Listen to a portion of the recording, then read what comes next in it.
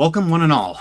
You're tuned into Martlet Games. I'm Zachary Vaudo, your storyteller, and this is Last Kindred Standing, a Vampire the Masquerade V5 one-shot. Before we get started, let's meet our kindred, and we will start with Patrick. Hi, I'm Patrick Gill, and I will be playing Zeke the Bruja. Moving on to Steve. Steve, you're muted. I am muted. Hi, I'm Stephen Rieger, and I'll be playing Ranger Danielson, the Malkavian. And now to Fae. Hi, I'm Fae the Pagan. I'll be playing Robin, the Salubri. Over to Ben. Hi, I'm Ben, Big Dad Walker, and I'm playing Hugo Van Buren. And finally, Rosie. Hi, I'm Rosie, and I will be playing Maggie Ford, the Nosferatu. As a word of caution, this is a World of Darkness scenario. That means that themes and situations in this game may get a bit dark, a bit mature, a bit uncomfortable. Our players have signed off on consent forms indicating their level of comfort and pre-established restrictions. This is a PvP scenario, player versus player. All players involved have agreed to the potential of attacking, fighting, and/or killing each other in this game. Always check with your players before these type of situations arise in your games. Because this premise entirely revolves around it, we did this up front. If what you see or hear becomes too intense, feel free to take a break. Come back later if you want. We'll be here when you're ready. This is for your entertainment, as dark as it may be. Now, what say we set the sun and we tell a vampire story? There's an island off the western coast of Japan, 9 miles from the city center of Nagasaki. Established as a home base for underwater coal mining in 1887, it stayed populated for nearly a century before coal reserve depletion caused its inhabitants to depart, leaving behind a 16-acre ghost town of concrete and trees, quarry, and nothing. It is officially known as Hashima, or Hashima Island. Colloquially, it is called Gunkanjima, Battleship Island. Gunkanjima reportedly became a UNESCO World Heritage Site in 2015, and over time, Gunkanjima appeared to go dormant to the world around it. But 5 kindred are about to learn that things on Battleship Island are far from dormant.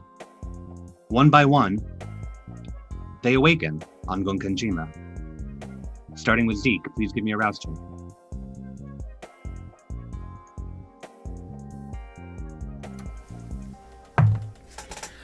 I failed. Just by one? Yes. Right. Zeke, you are at hunger 2, and you awaken not anywhere that you recognize. It's a lot of dirt. Just a lot of big open dirt. There seem to be some wooden pillars hammered into the ground, relatively well spaced out. It's dark, so it's a little hard to see, but you can hear a sound of wind and motion in the distance. There are spotlights that are tied around at various points on posts, allowing you to see, but not too well. What do you do? I'm looking about. I do not recognize this place at all. Not in the slightest. It looks similar to just general dirt lots that you've been in, but you certainly don't know this one. I'm going to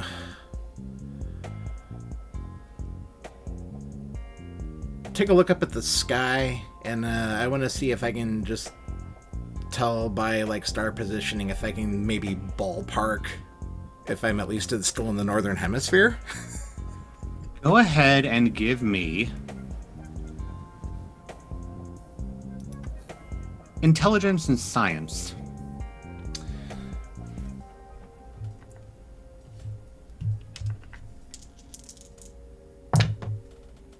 I failed. It's very hard to tell. It's a bit cloudy. Stars, you're looking for constellations. You think maybe you see some, but they aren't where you think they're supposed to be. But that's not necessarily indicative of northern or southern hemisphere to you. Could be just a different part of the same country. Could be a different part of the same state. But go ahead and make me a wits awareness. Okay.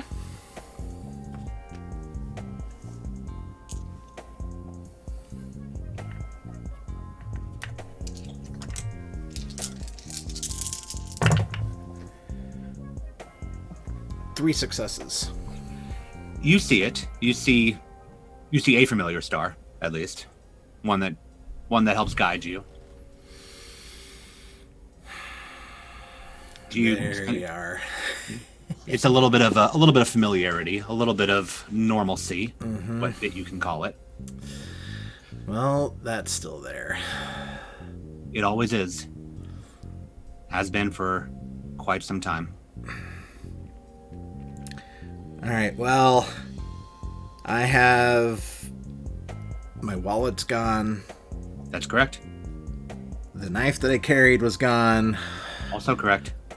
You only have the clothes that you're wearing.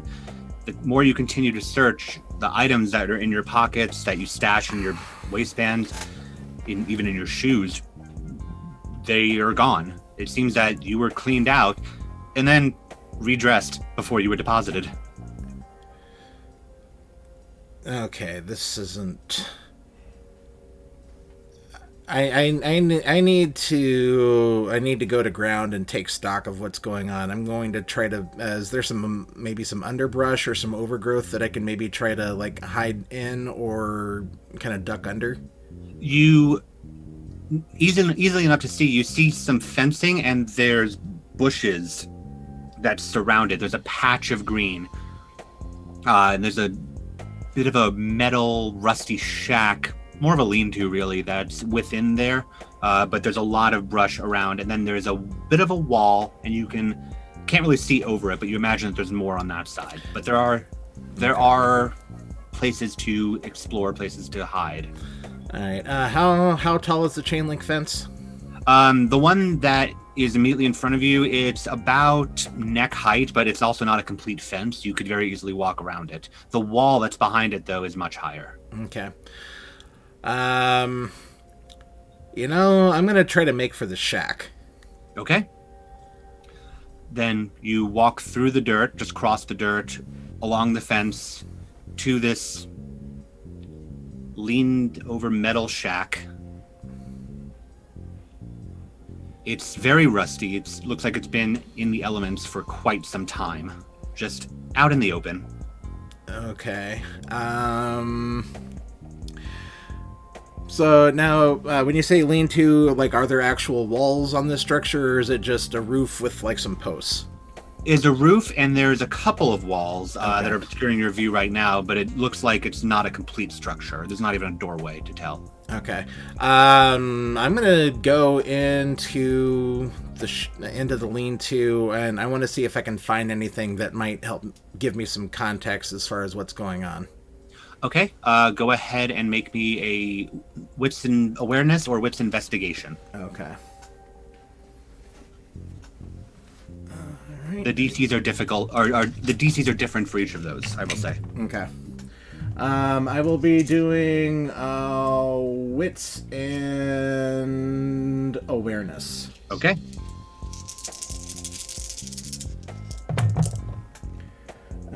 Two successes. Two successes. All right. So you're looking around. There seems to be a lot of like heavy tarp and some garbage bags. As you rip them open, they seem to just be full of dirt, like just very heavy duty, like they were put off to the side. Searching through this dirt, there's a rock here and there. You find a piece of rebar. As you continue to look, you find a shoe. You go to grab the shoe, and it kicks you as the person yelps and scrambles back. And there's a man that is pushed back against the wall of this lean-to. I kind of scramble backwards as well, and just whoa, who the fuck are you? Get away. Get away. All right. What's going on? You tell me here. I woke up here like 3 hours ago, and I don't know where I am, and I don't know who the fuck you are. But don't come closer. I'm trying. You and I are in the same boat. Let's just chill out for a minute. I'm not gonna go for you. You don't go for me. Is this guy Kindred? Go ahead and give me a wit's insight. Okay. Light's a little faint here. Okay. 1, 2, 3. Oh, that is 1, 2, 3, 4, 5, 6, 7 on a messy crit. 7 on a messy crit. Let me make a very quick roll for you. Okay.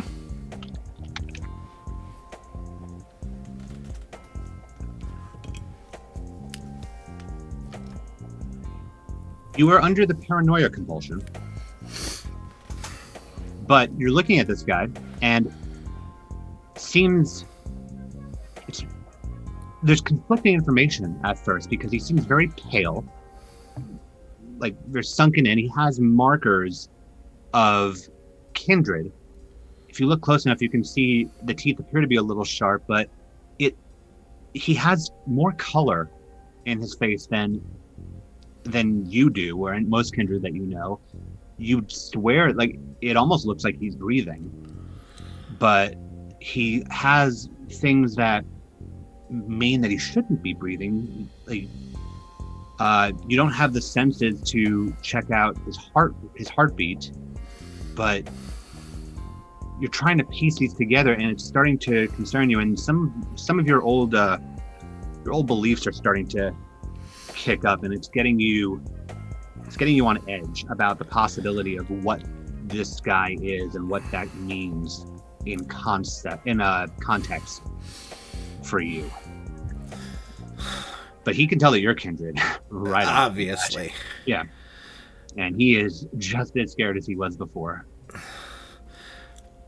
All right, look. Don't. They're everywhere. They are. What? They're everywhere. There's more. There's more. There's got to be. Can't you? You can't. You can't smell them. They're out there watching us right now. I can't smell anything. But you're right. There are more out there. And we're actually going to cut over to one of them right now. Ranger Danielson, browse check for me. Wake up. We are successful with a 7. Great. Ranger Danielson, you wake up in an underbrush. There's high trees and rock quarry. Rock wall around you. It actually feels like a very narrow space that you're in. But it's just full of the woods. Fortunately, not an unfamiliar location for you, but a very quick check. You don't think you've been in these woods before. The search, my pockets are empty. They're completely empty. You don't have your compass. You don't have your knife. You don't have your tinderbox. You don't have your guidebook. No binoculars. Not even your car keys. Okay. I am going to use Eyes of the Beast since it is dark. Okay. And you kick it on, and yeah, your instincts are definitely true for you. Like, this is a very narrow space. On one side is rock wall that goes up a good 20 feet. You can see more brush on top of that. Lots of trees, and then to your left is a large metal wall about same height, 15, 20 feet as the rock wall. And it seems to go down. You look in one direction, it's hard to tell how far that goes that way. You look in the other direction, it looks like it bottlenecks into a small opening of more trees. Okay, so there's a bottleneck on this end. The metal doors to my left. No metal door, metal wall. Metal wall, sorry. There are no doors. You are outside. The stars are up I- ahead, overhead. Can't really tell much from them, but stay great outdoors. I'm going to stay with the wall to my left and walk away from the bottleneck. Okay. Go ahead, and you can make me either a wits. Actually, go ahead and make me a wits awareness, and you can add your specialty in for this since you were trying to figure out where you're going. Thank you.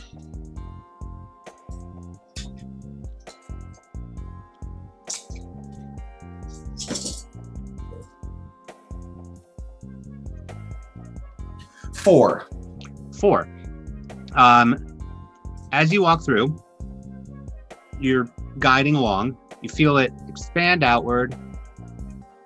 You hear something muffled, possibly voice from the other side of the wall, but you can't make it out, and you can't tell if it's how close it is from there, if they'll even be able to hear you.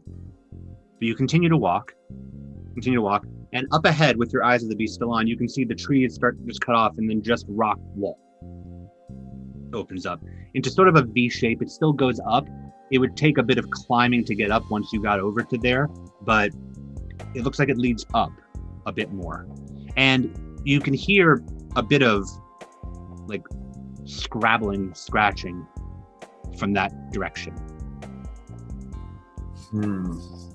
Okay, well, obviously I want to try to go up to try to get an advantage of the site where I'm going to be at.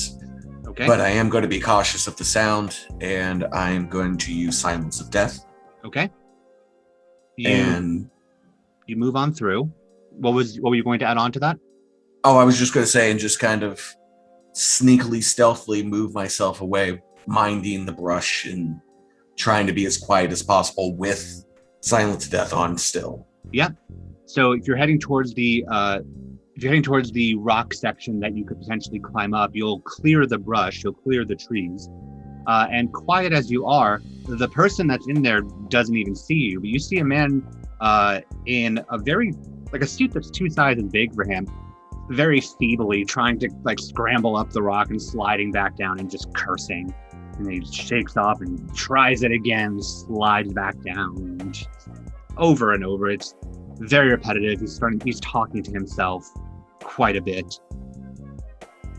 Just up and down, up and down. Need assistance? He freaks out and he goes much higher up the wall, backwards than he did forwards, and then slides back down and goes, Technically, I helped him yes, a little.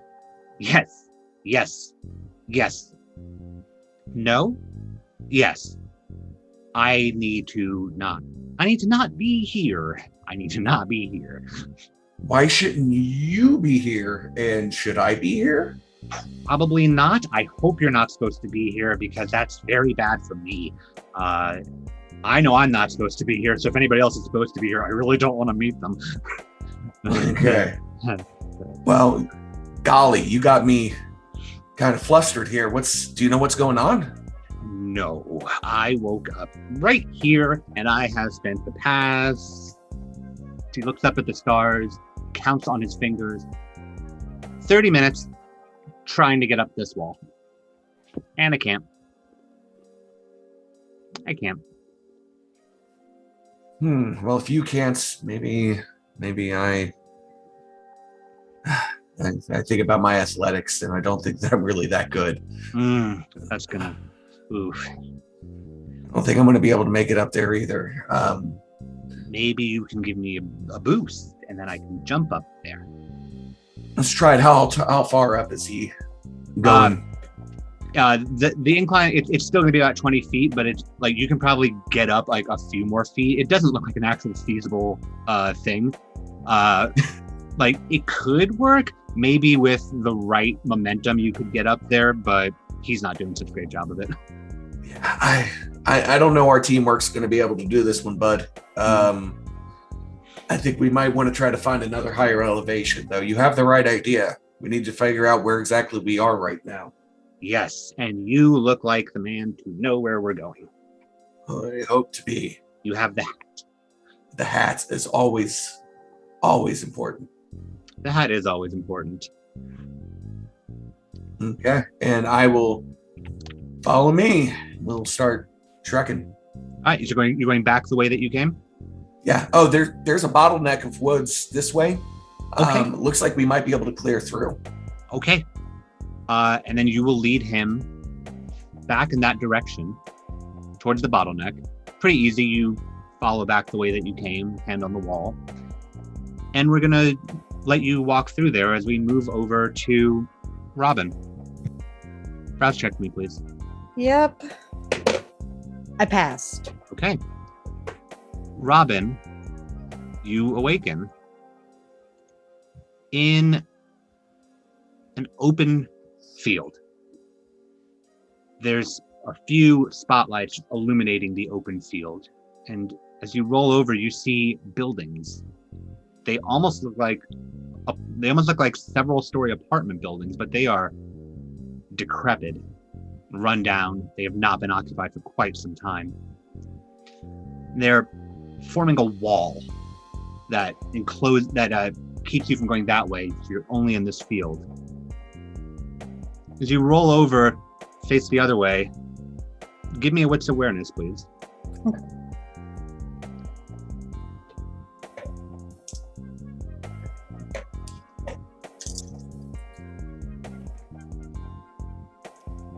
That is 3 successes. 3 successes. You hear from that direction this repetitive sound.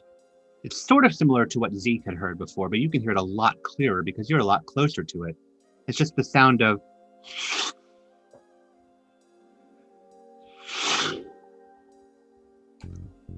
Do you go towards the sound? Is that towards the buildings or the opposite side? It's away from the buildings. Sure. Okay. I'll take a look. So you walk and the sound goes louder. Louder. The lights are fading a little bit from behind you as you walk towards. Louder. And give me one more wits awareness, please.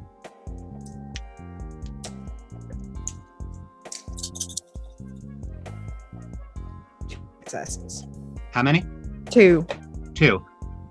You're trying to figure out the noise. It sounds very familiar. You can't figure out why. It's something you've probably heard a while ago, but not in quite some time. And it distracts you, but not enough that you are completely oblivious. By the time your foot hits the cement, let's call it a curb, more of a ledge, you stop and come out of your thoughts, and you see exactly what it is, because it's been forever since you've seen it. It's the ocean. It's just wide open ocean. You don't think you've been to the ocean? God, it has to be at least since you were embraced. Why would you go? I mean, night beaches are fun, but sort of loses its appeal after a while. But there's no beach here. There's just concrete ledge and a sheer straight drop down. As you look down, you see rocks. And you see some, looks like mechanisms coming off the side of the cement concrete sheer wall that cuts straight into the ocean.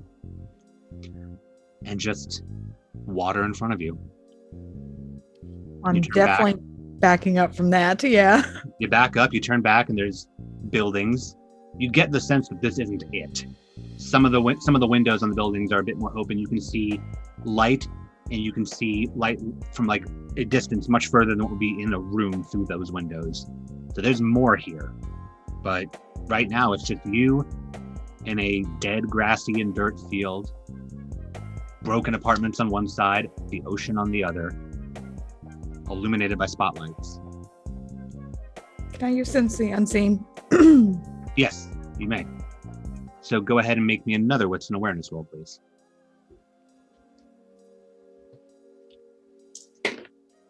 Dropping dice already.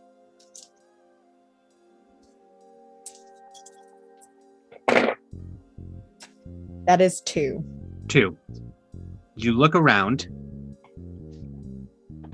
Something shimmers for you. Just as you glance around, you can tell it's something is there that doesn't want to be seen there. It's against I wouldn't even call it a building. It's made out of concrete. It's only about half of a story tall at that point. It's possibly was a garage. It was possibly a holding area for some sort of vehicle. Maybe it went out into the water. Who knows at this point, but it's ducked down against there, not moving. But as you look over it, it just sort of flickers and you can tell that there's something there. I assume humanoid. Definitely humanoid. Can't get a clear look at it with the successes that you got, but you can tell that it's there. And you can tell that it's similar. It's like you. Okay. I just want to kind of holler out, hey, if you're out there, I know I just saw you. Come out. It's kind of creepy. Come on. And drops into view. It's very long hair, thick long hair. It makes it hard to tell much about this person. They're in baggy clothes. One of their hands has a couple of long wicked claws just up on the concrete. They look at you, and in a voice, it's a bit of a high register, but again, it's hard to discern. Just go, I needed to make sure that you weren't gonna try anything. Like what? I don't even know where this is or who you are, so I don't know what you might try, but Well, I guess we're in the same boat, 'cause I don't either. it's a weird fucking boat. Yeah, so you have no idea where we are. The ocean? Okay. Yeah, we're in the same boat. Great. It looks like it's a boat, but there's grass. I woke up in this thing. They point at the concrete structure, and I came out right around and saw you rolling up, and I just dropped out of sight. What are you doing here? Hell if I know. Storyteller, by the way, I assume all my effects are gone as well. Oh yeah. Does Yeah. that include my wedding band? No. Jewelry. Okay. The jewelry is on you, but you don't have anything in your pockets. You just have the one band. Okay. That's a good question. I have no idea. I was hoping maybe you would have some answers. Obviously not. Have you seen anybody else? I woke up about 20 minutes ago. I just saw you. Okay. Well, don't go that way. No, I already went that On way. a good drop. I already went that way. I don't particularly want to go that way. And he points towards the buildings, but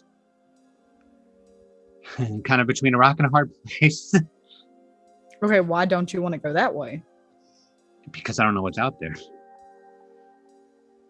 How about this? Why don't we go look what's out there? Why? Because obviously we can't go that way.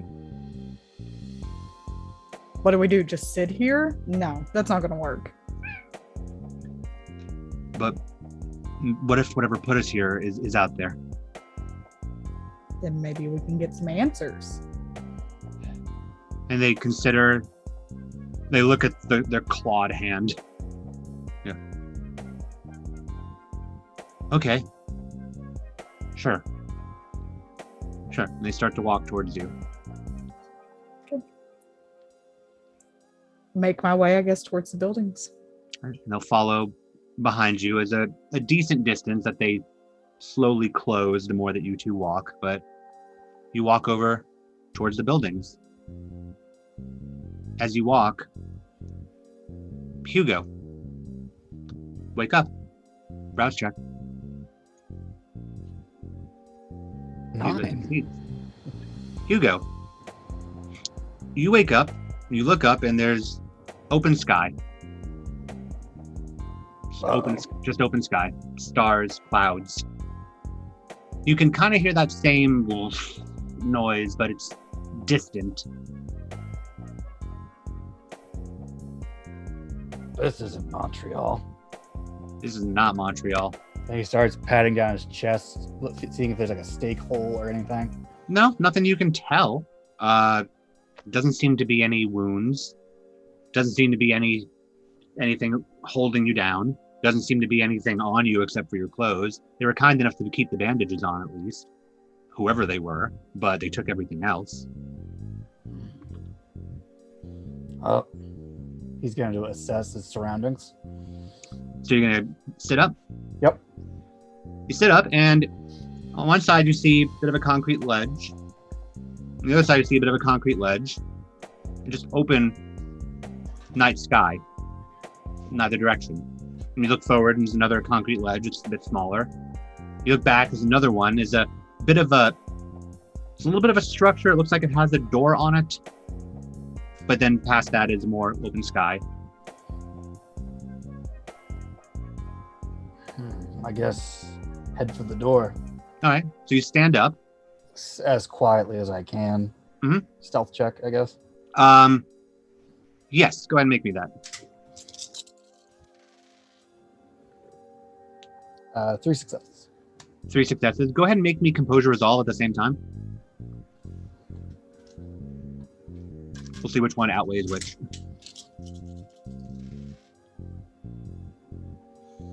Also 3 successes. Great. So you stand up quietly, and then you freeze.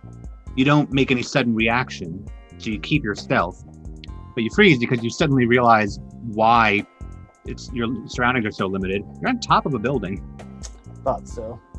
You're on top of a building, and like as you look over, you can see that the ledge is just the edges of the building, and you can kind of see down to another concrete ledge, and then very dark. Okay. Below that. Hard to tell. Very dark. I will activate Eyes of the Beast to get a better look. Great. It's water. The very dark is water. And concrete seems to be where whatever this building is on just cuts off. And there's dirt, building. You. Look in the other direction, open fucking sky. And you can see like the tips of trees. And you get the sense that there's more on the other side. How high up would you say I am? If you get to the ledge and you look down, you were several stories up. Above the water? You were several stories above the ground, and then above the water, it's a bit hard to tell at that point. All right. I have no idea how I got here. None. I have none of my things. None. Got no hole in my chest. Correct. But I'm alive, and they've made a mistake in doing that. That is correct. You're still heading towards the door. Yes. Okay. So you're heading towards the door, very quietly. You've got your wits about you. You got your composure about you. I'm looking for anything I can use as a weapon. Go ahead and make me a wits awareness. 1. You find some broken cinder. Wow, Yes. cinder block, like just a big chunk of it. That's about the closest thing you can find to a weapon up here. I'll But take it. it's big enough to take a swing at somebody. Cain did it to Abel. Why not you? We all know. We all know we want to be in the image of the Father. And you make your way towards the door quietly, composed, and the door flies open as this very, very skinny man just tumbles, like almost like a wooden sound of shoes clackering as he comes to. He was not expecting the door to bust open as easily as he did. Just hits the floor face first, looks up and sees you, and just stops. Who are you? Who are you? Listen, I asked you first. I'm Max. Who are you? It's nice to meet you, Max. I'm Hugo. Hi. Do you know where we are? We are on top of a building. Do you know where this building happens to be? In the middle of the ocean. Fuck. That was the conclusion I reached.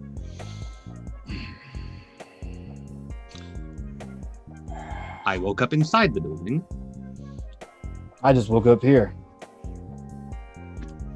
Then we are on the same page. Do you mind if I get up? I don't mind at all. I extend a hand. Takes it cautiously and gets up, and he's wearing like a button-down shirt that is now just covered in gray dust.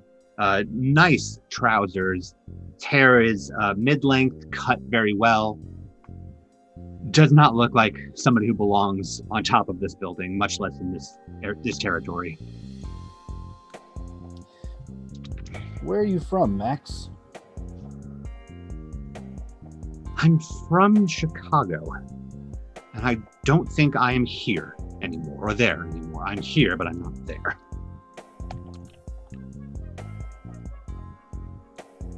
I don't like it.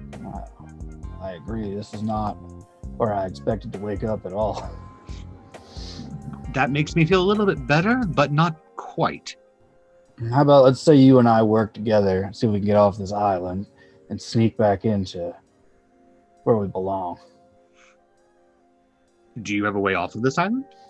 Not yet, but my God, if someone's gonna find it, it's gonna be us. And like he listens a little close. It looks like he's listening a little bit closely and looks back and he goes, "Oh, you're like me. Okay. Okay, that makes things a little less awkward." That's No. all right. Though that makes things a bit more strange. How so? Well, why are two of us here? Without any idea of where we're supposed to be. Who knows the games these elders play, man? We're assuming it's elders. I mean, how long do you think we've been out for? And do you have any holes in your chest from a stake? No, not at all. But I mean, you know, and it shows like the shirt button's like open a little bit. Like, I mean, it's not like there's impossible to get under there, but no, I woke up unwounded. What's the last thing you remember? Gonna make me a wits and insight.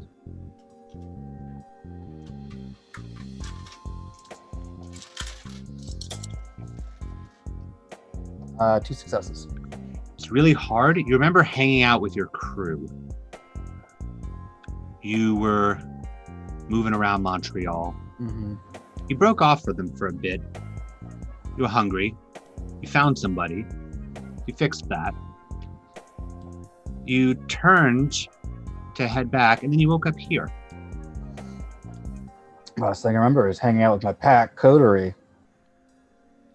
Okay. And then where do you think that they're here? I mean, some of them, if they were here, we would know already. I don't know. They're not the quiet sort. Okay, that's again. I don't know if that's good or not. Well, But my considering part that of town, we don't really have a prince. You know what I mean? no, I do. Chicago is a bit divided. Well, since we are the only people that we know around here, I will take you up on your offer, and he gestures back towards the door. Get the hell off this island. Couldn't have said it any better myself, Max. And Max will turn to walk back through the door that he just knocked open. As you walk down. Mm-hmm. As you walk down, Maggie. It's time to wake up. Time to rouse. I pass. You pass. Maggie, you awaken. It's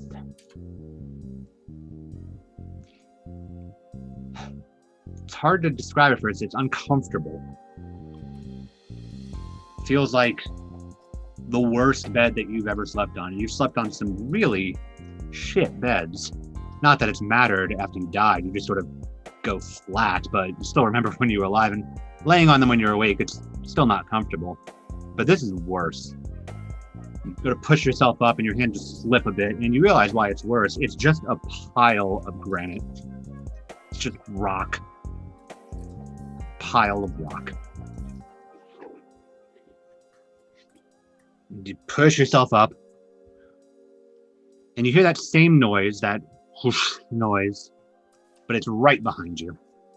You turn, you don't even need to look the way that the others did. There's just a concrete ledge, and you can immediately see over just a like spray of water as it hits the side of this wall up. Then you look back, and there's just a large, open, dirt and rock quarry. This one is more of a shack. Dead center, and you can see pinpoints of lights illuminating trees and buildings ahead of you.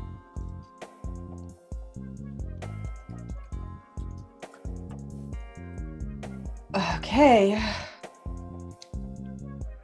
I'm going to throw up Silence of Death. Okay. Do I require a rouse check for that? Silence of Death is no rouse check. Sweet. Can I use Unseen Passage at the same time? Yes, that will require a rouse check, though. Pass. All right. All right. You go silent as the grave and blend in with the night as you drop out of sight of anybody that may come across you. At which point I then sort of let myself scramble down or slide off the rock pile. You can do it quietly enough that it's not going to break anything, but rocks will fall. Yeah. Hopefully, if anyone's watching, they'll think it's the wind. They might. They might not. It's hard to tell at this point. Well, Maggie's in a situation where this isn't the first time someone's decided to fuck with her. Too true. Where do you go from here? Well, what's the last thing I remember? Go ahead and make that Wits Insight roll.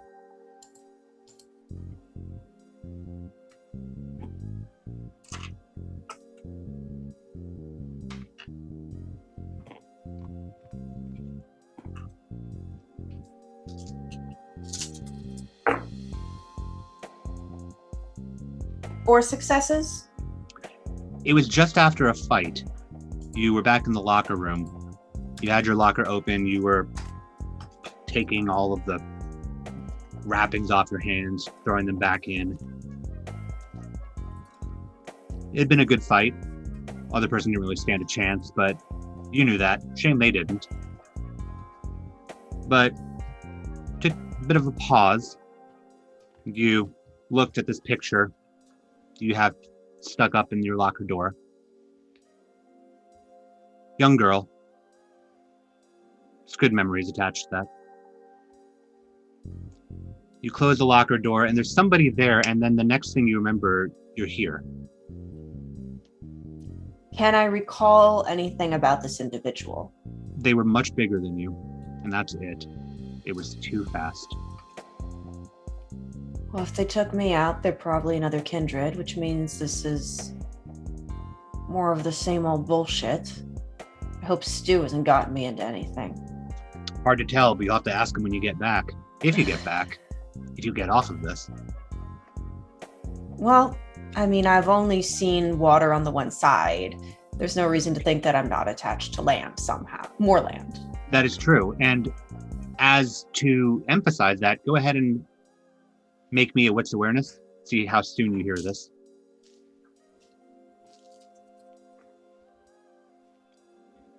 Four successes? Okay. You hear a voice coming from the other direction. It's coming up closer, but it seems like it's coming from past that building that's in the middle of this quarry.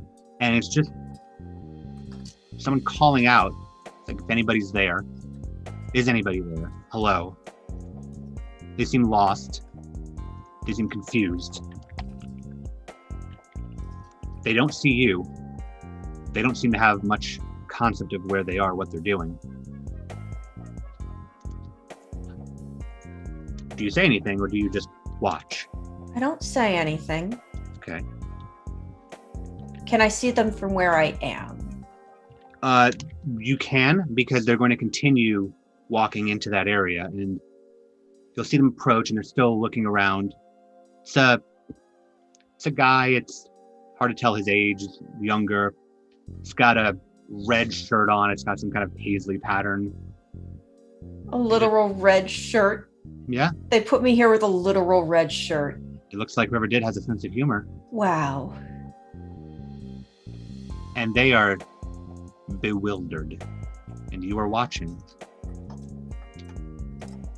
And before you can decide whether to let them see you or not, there's a crackling sound, an electronic crackling sound. And it seems to be coming from that structure that's in front of you. The person in front of you hears it too. And Zeke, you hear it as well from your position. It seems to be coming from a bit of a ways away, but it's there. And Ranger Danielson, you hear it from through the bottleneck on the trees, as does your compatriot. Hugo, you and Max suddenly stop as this sound just fills the stairwell of this building that you're walking down. And Robin, as you're approaching the building, you can hear the same sound coming from the building in front of you and your companion.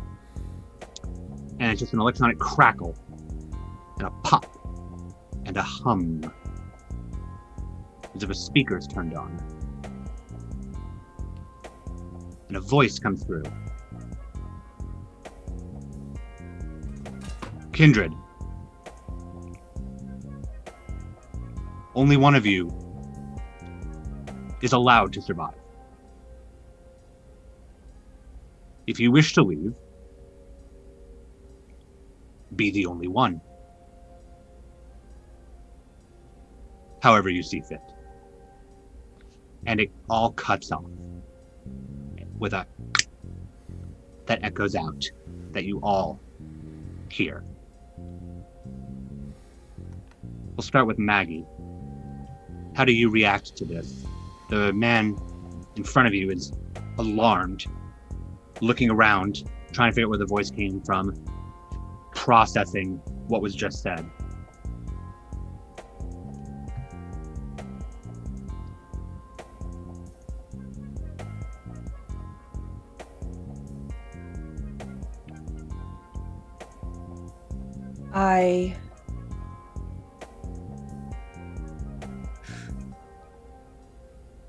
Maggie is fairly well conditioned to having to hurt people.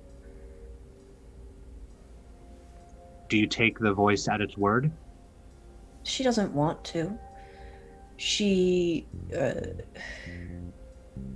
looks at him and knows this would be an easy opportunity. But, like I said, it's not the first time she's been fucked with. So, she's going to keep all of her obfuscate up. Mm-hmm. Not let this individual see her in case he does take this seriously. Okay, go ahead and make me a wits and stealth.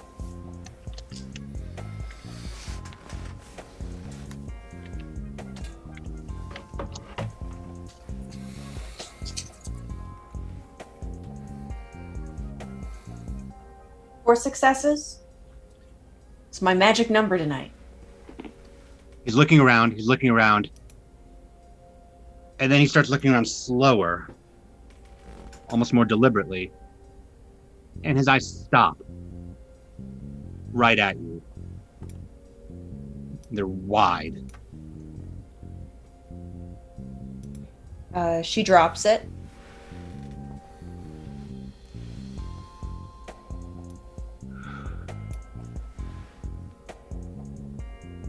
So, what are you gonna do?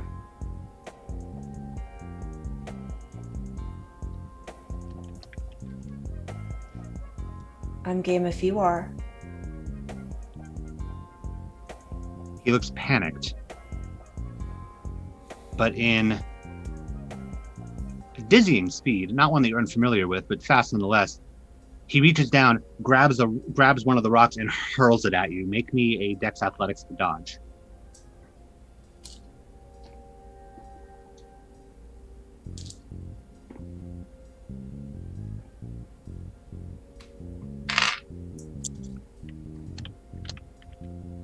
And no successes. No successes? No. All right, then you are going to take 1 superficial as it just wings you, but now you can react. Cool.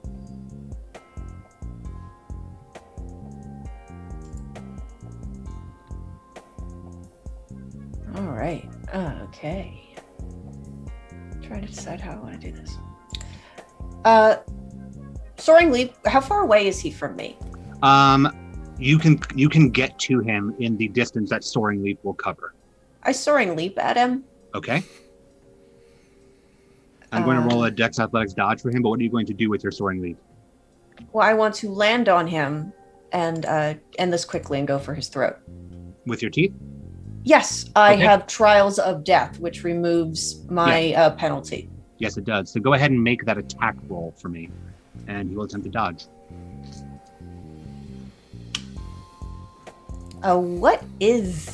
What would that be?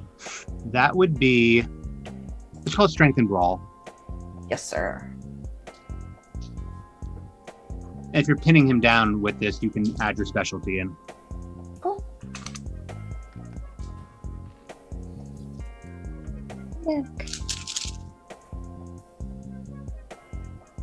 3 successes. You beat his 2 successes, so he attempts to cut out of the way, but you are faster. You land, you sink, teeth in.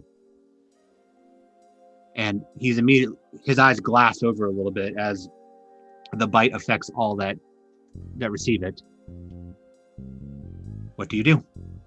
I drink. He made it clear he was hostile. He's going to attempt to take a swing. It's not going to go fantastic for him. Go ahead and make me. You can make a Strength and Brawl again to block, or to restrain. Would I be able to use rapid reflexes? Yes, and it will work more in your favor in terms of the contested roll, but you still can take a swing. Okay, I would like to do that. But you said strength and athletics? Strength and athletics or Strength and Brawl. Depends on if you're trying to pin him down or block it. I'm going to keep pinning him. Okay, so I'm going to add that specialty in again. That's 5. Yeah, that beats his 3. So he takes a swing, you grab it, pin down, and you keep drinking. How much? I'm going to take it all. Otherwise, he'll just come for my ass later. Are you drinking him to 0 or are you drinking it all? I'm drinking him dry. I'm not going to worry about him later. Okay. Now, for those of you watching, we have simplified, streamlined rules for Diablerie here, just to make things a bit quicker. As you drink, you drink, and you drink, please roll your humanity plus your blood potency.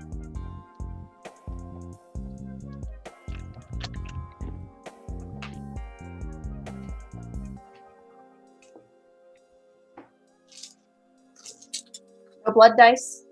No blood dice. 3 successes. Okay. You are going to gain the difference here. You are going to gain 10 XP and lose 1 humanity as you succeed in this Diablerie. The 10 XP will give you abilities from this kindred that we will go over on the break. And you drink him down, and his skin just tightens. He goes desiccant. You feel the blood just pour into you and fuel you. Your hunger is now 0.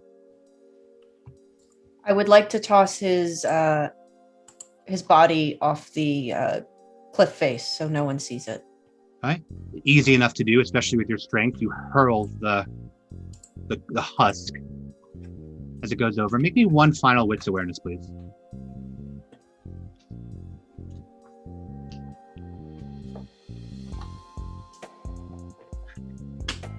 Let me make sure I have the right number of days.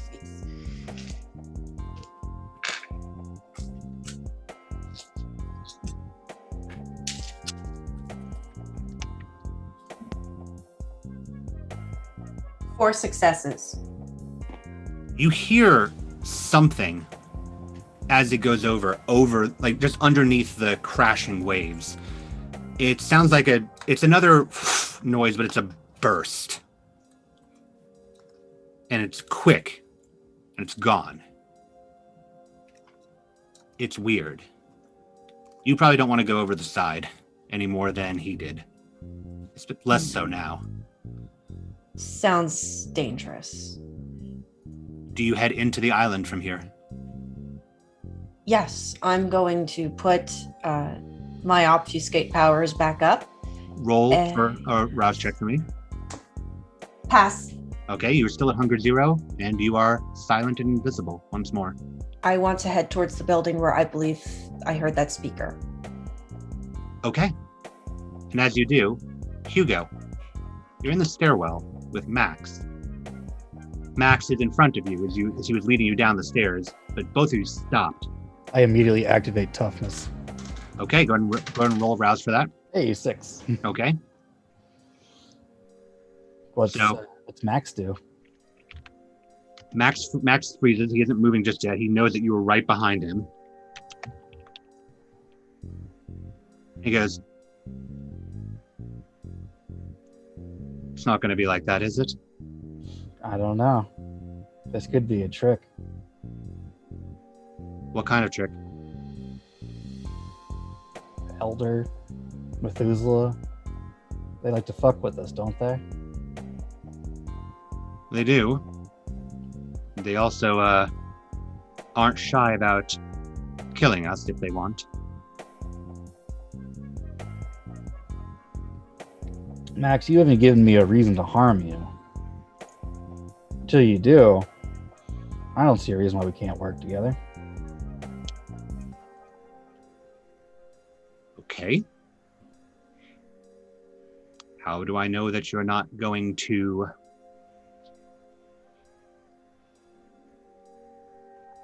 go back on that? Well, what would make you feel more comfortable? I think would probably feel more comfortable. Yep. You'd probably feel more comfortable not having a member of the Sabbat behind me, and he's going to whirl and try to throw you down the stairs because he heard Pack earlier. Go ahead and make Dex Athletics for me. Sure.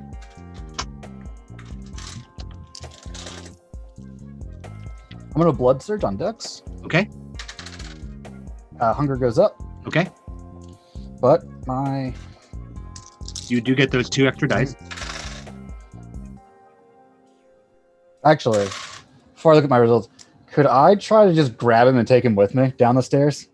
Yes, you could. I want to do that. Okay, it would still be Dex Athletics. Okay. Because you're trying to move fast enough. Okay. I'm gonna spend a willpower. Okay.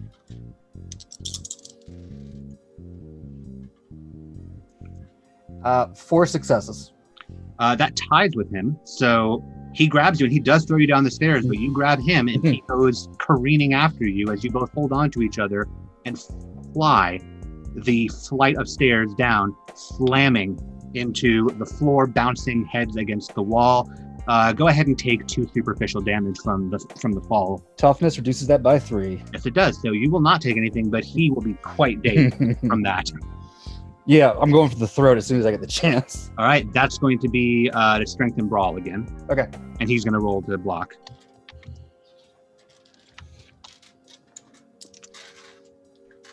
Yeah, if I get this, I'm gonna Blood Surge again. Okay. Goes up. Okay. But if I get this, I don't have to worry about that. That is true.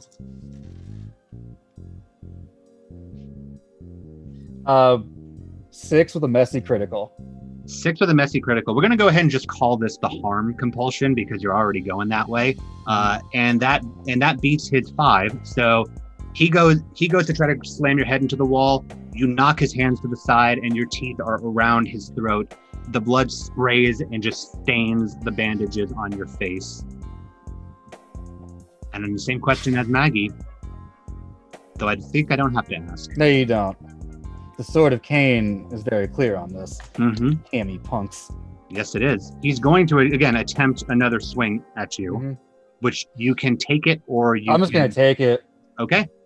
You're going to take 4 superficial damage, which gets reduced by your toughness, so you get 1.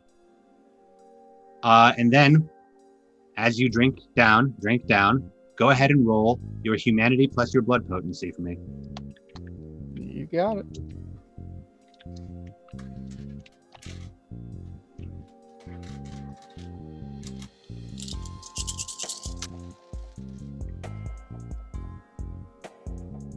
Great.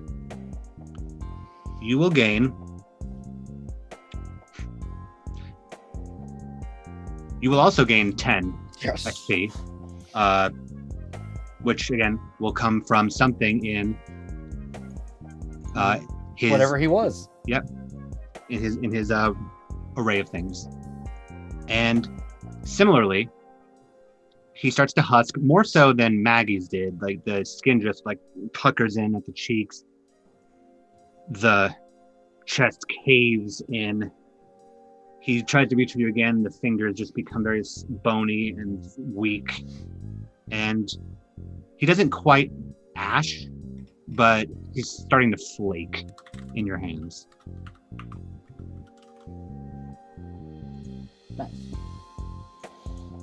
And you also have succeeded here. Your humanity will go down 1, and your hunger goes to 0.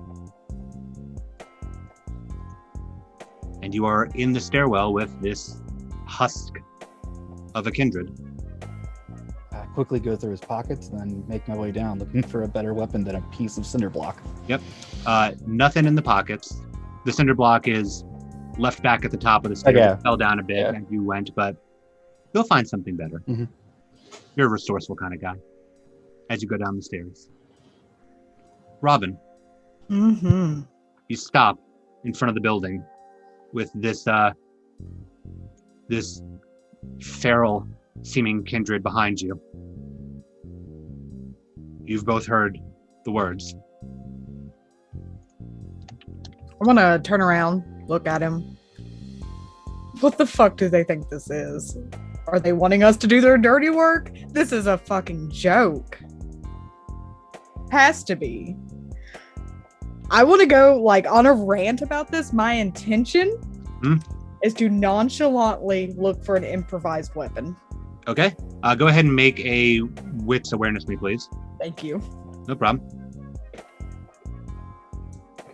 Ooh, this is gonna be fun.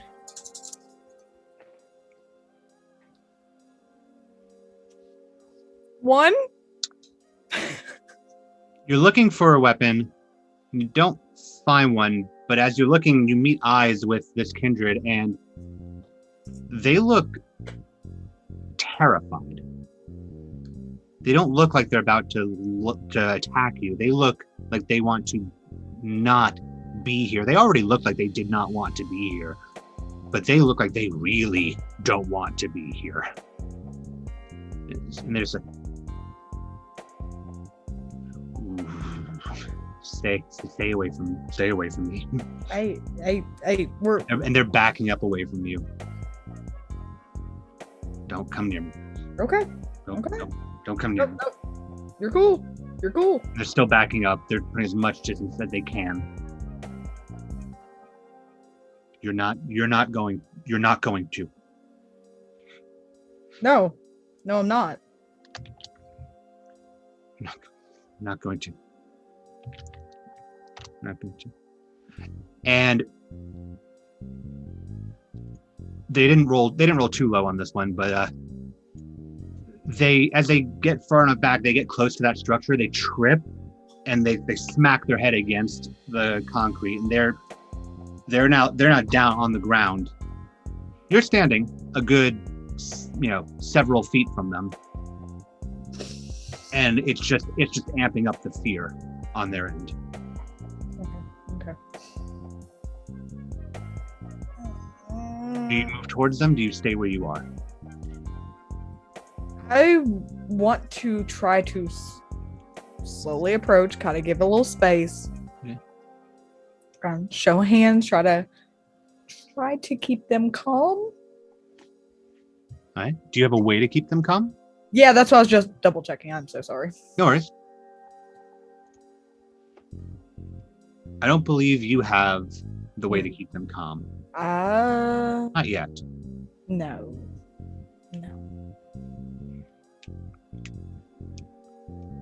And because of that, Rob, I forgot to ask.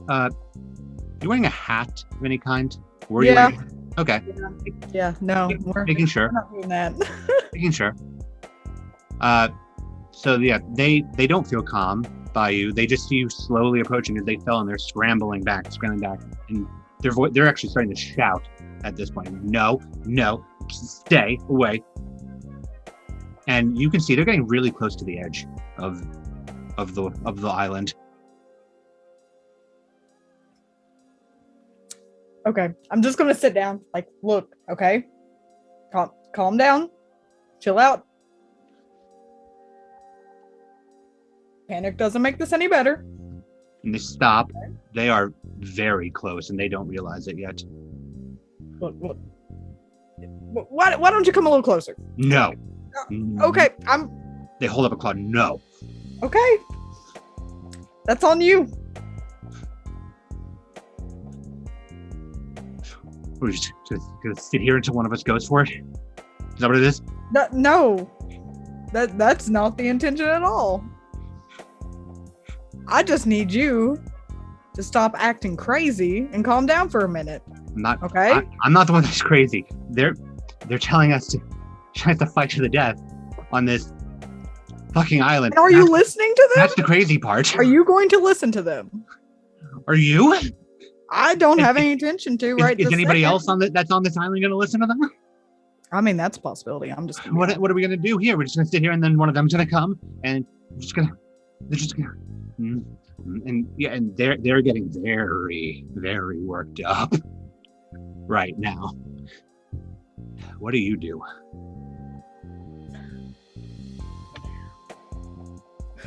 Sorry, I'm like having an inner fight right now. Mm-hmm. What is Drink him. they want me to so bad. Okay, look, what somebody else comes after us. How about we handle them? You've got this claw thing going on. It's kind of, I'm just saying we could have each other's back. I can tell you to bite me in it. You don't even look tasty. Come on now. No offense. I don't want to do this with you. I'm just going to be real. So don't push me. Okay? And I'm going to back up a little bit, but I'm going to keep my eyes on him. All right. He's going to attempt to stand up. I do have to make a roll based on where he is. Oh. He goes to stand up. And he goes to push, and his hand just slips. Shit. And his armpit hits the concrete, and he tips. Do you go? Yeah, can I grab him? Can I grab him? Go ahead and make a That's Dex so hard. Athletics attempt to get over to him. Look, I've already tried this hard. Hmm?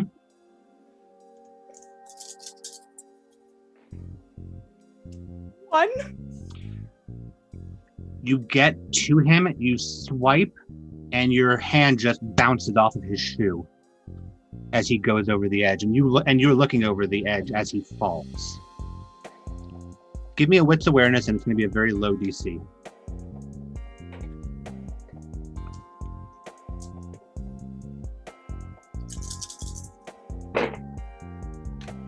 Three.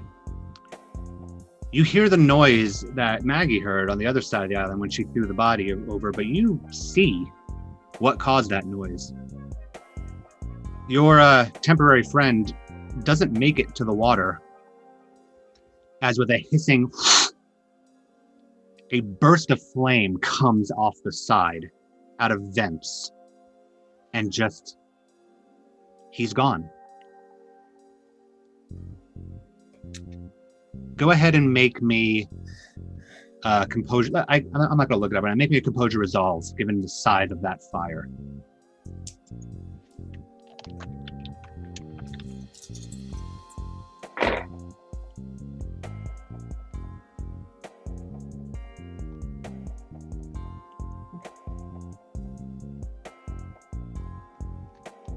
Okay, so I got a crit, and then 2 more. Okay, you're good. You managed to hold it together, but that was too big. That was too big of a fire that came out of nowhere. There's no sign, there's no splash of anybody hitting the water. It's just you in this open field with buildings and the rest of the island behind you. And I heard the sound towards the overcom, towards the buildings. The intercom is coming from the building area, not necessarily inside the building, but from the buildings, which implies that there's more.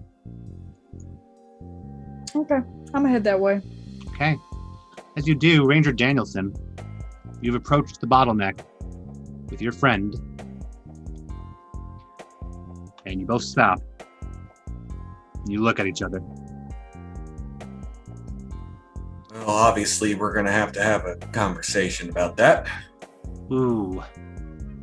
That sounds really bad. So I'm assuming there's more than just us here, because it sounded like it was. It really sounds like it, because it sounds like, I mean, if it was just you and me, then this would be over really quickly, and not, only one of you. I get that. Right?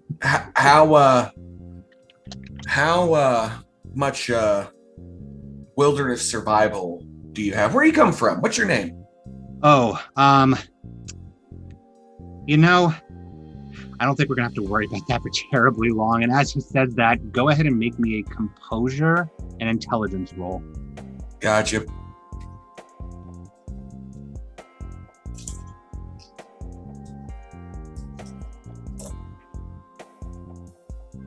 Four. You are going to take 2 superficial willpower damage. Sorry, 3 superficial willpower damage. And your head is splitting. And it doesn't seem like he did anything. He's just been talking to you since you guys walked into each other. But it hurts, and he's standing over you. Well, survival, right? I'm gonna pop my eagle talon claws. Go ahead and make a rouse check. 7. Yep, that's an easy success. So you say the word, and your fingers extend into talons. And I'm gonna grab him by the throat. Okay. Go ahead and make me a strength and brawl.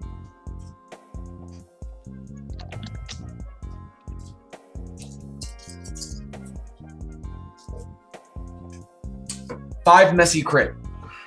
We're going to go ahead and call it a harm compulsion again, considering the situation, and you beat his 3 on a dodge. So it's around the throat. Go ahead and make that composure intelligence roll for me again.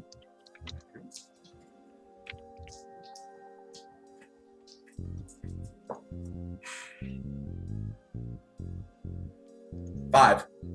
You take no superficial willpower damage as you matched. So he looks at you, and his eyes look a little confused, as it didn't really do as much as it did last time. Yeah, you talk funny, don't you? But let me tell you something. Rule number 1 to survival: do what you have to do to survive. And I'm latching onto his throat. Okay. Go ahead and make a strength brawl again. He's not gonna be able to dodge at this point. But, let's make sure that you hit proper. 4. Okay. And you drink. And am I going to make the assumption that you're doing the whole thing? Survival, absolutely. Okay. So now it's time again for humanity and blood potency. Waiting for this roll.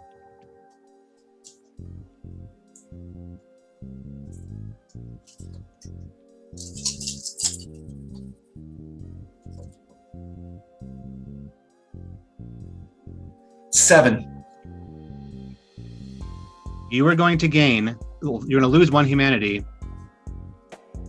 and you are going to gain 25 XP worth of discipline that will be resolved during the break. I'm going to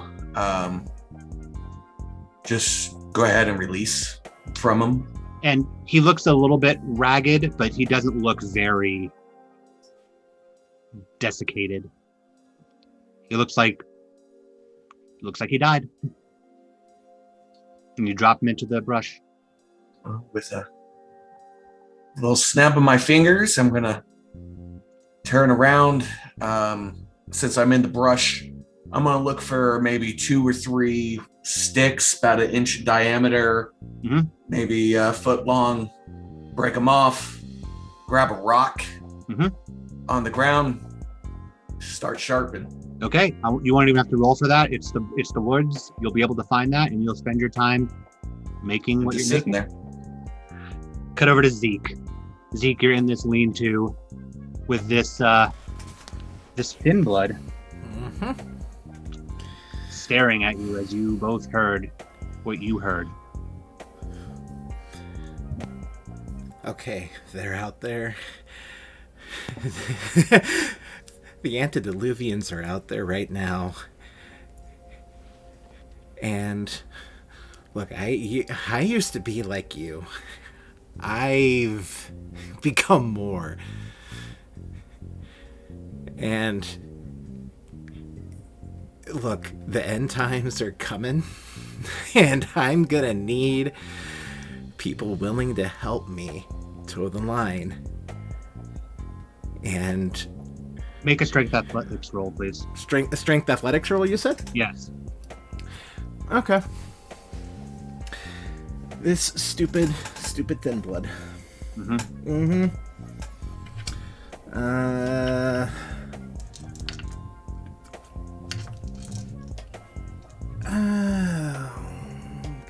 hold on. This is a lot of dice. Give me a moment.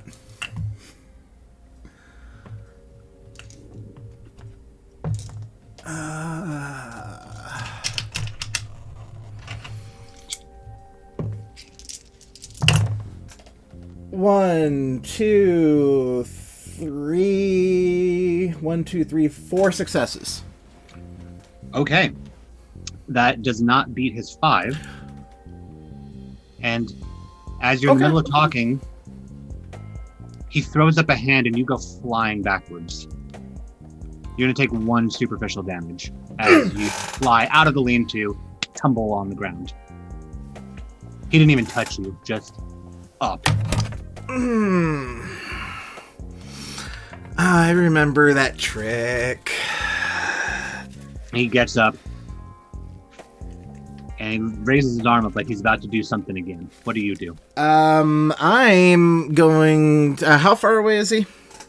He only threw you about 10 feet. Okay. I'm going to do multiple things. Okay. All right. For starters, I'm going to rouse for prowess, Sure. which I succeed at. Great. Okay. I am then going to use soaring leap. Okay. My intention is I want to pin this guy down. And we'll go from there and we'll see how he reacts. Okay, so go ahead and make your Dex Athletics for me, please. Okay. You leap towards him. Okay, I'm going to surge Dex. Okay. That was a big whomping 1 on my hunger die. Okay, so you go up. Okay. Hunger 3.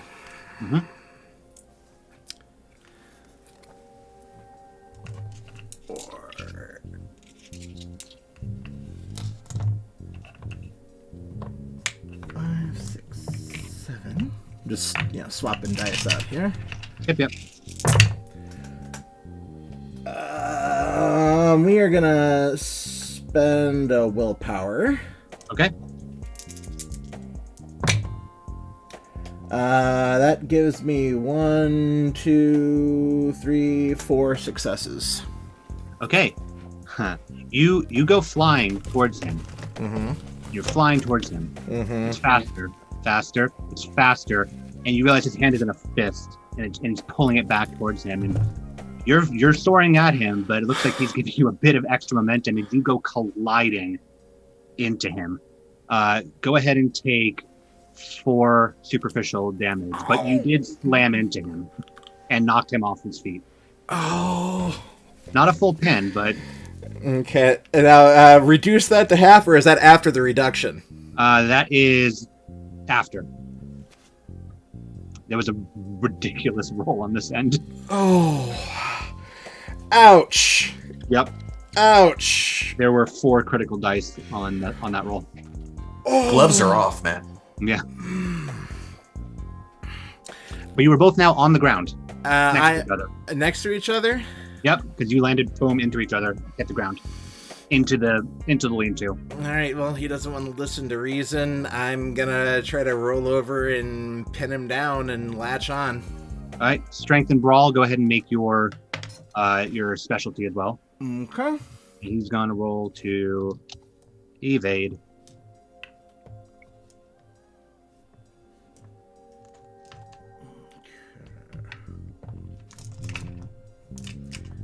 Oh, you know what? I forgot to. I can add my prowess to this here too, can't I? Yes, you can. Oh. Yes, you can.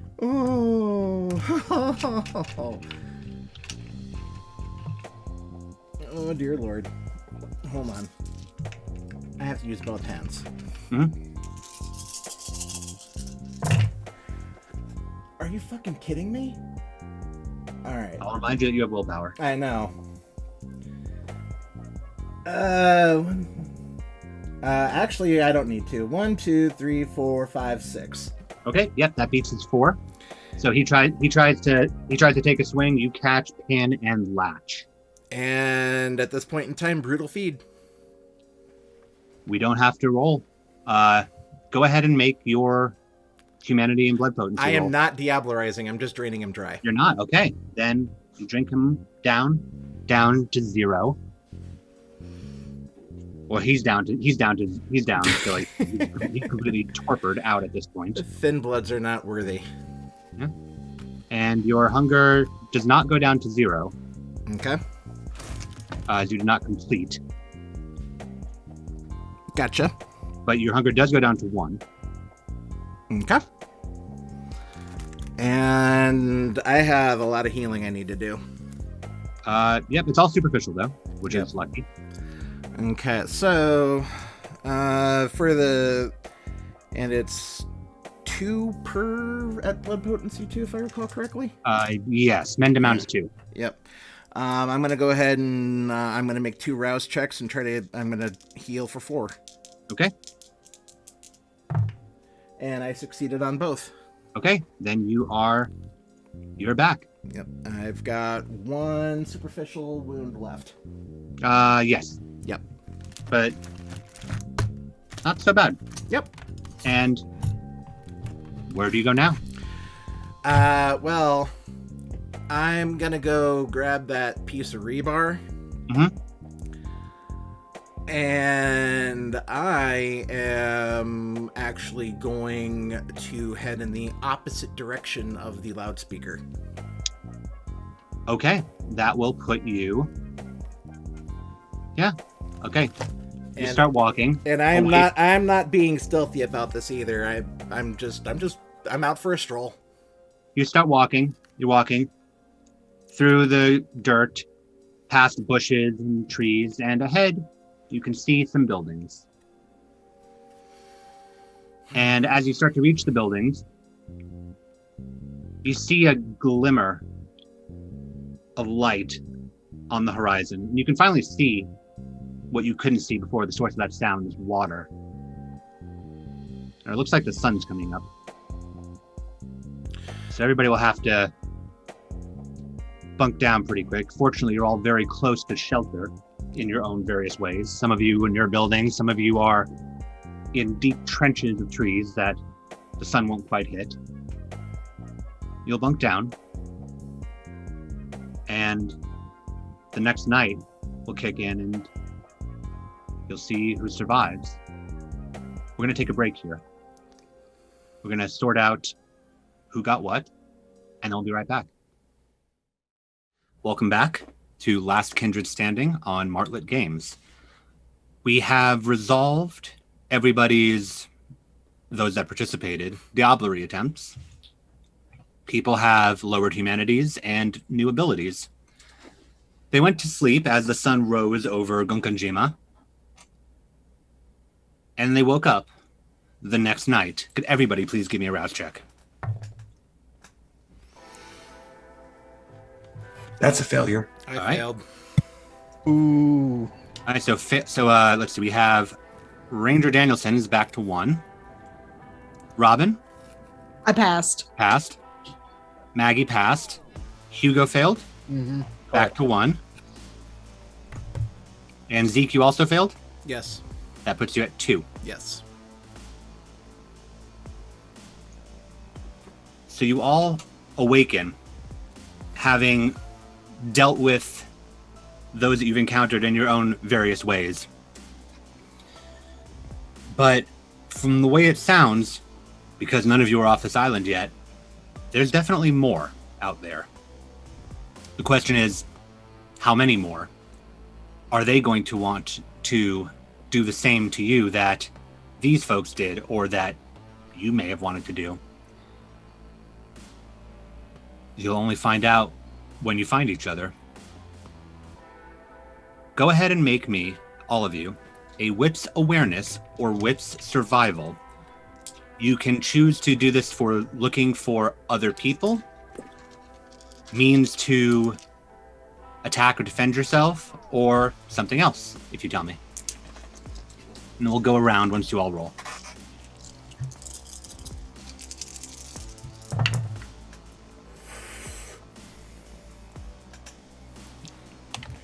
All right, 4 for Ranger Danielson, 3 for Robin.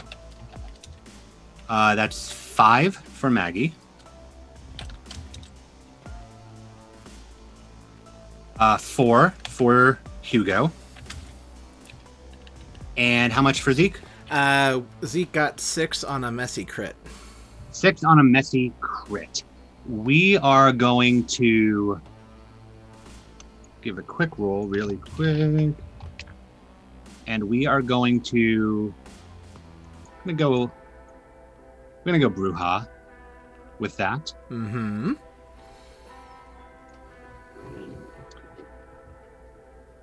You're feeling that rebellious tinge. You don't know how you feel about being told that that's the only way off, is to kill. Sure, you'll kill if you have to, but who the fuck are they to tell you to do this? In fact, who's anybody on this island to tell you how they're going to handle this? Doesn't matter. They want to kill you? Screw it. You're not going to let them. They don't want to kill you? Hell no. Fighting. Looking at these numbers, Robin, with your 3, you're heading into the building area. And you're looking around. You're not seeing any people in here just yet. But you do find one thing. Could be useful. You see in a room an axe. It's a fireman's axe. It's sitting on a table. Oh yeah, I'm gonna pick that up. Okay, go ahead and make me... Oh, so you're going into the room to pick it up? Mm-hmm. Okay, go ahead and make me a Dex Athletics. Okay.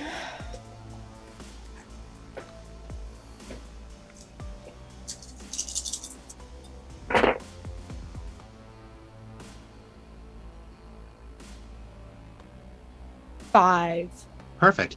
You go in, and as you go to reach for it, you suddenly swing back as a log attached to cables comes swinging down. There's spikes, huge nails hammered through the log. Swings, back and forth, and back and forth. It looks like as you step through the door, you nudged something that set this off. Maybe it belonged to the island. Maybe somebody previously installed this and never got to use it. But you've avoided it, and you're in possession of 1 fireman axe. Awesome. Maggie, you are coming from the opposite side of the island as Robin, though you don't know it yet. And you're scrounging about.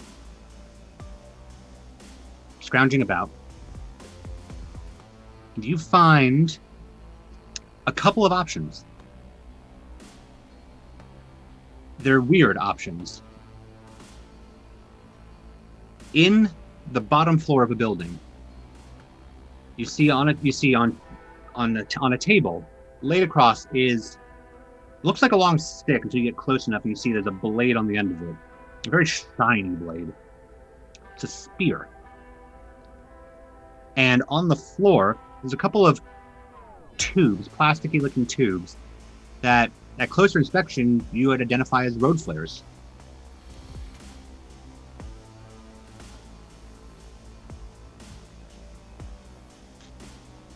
Okay.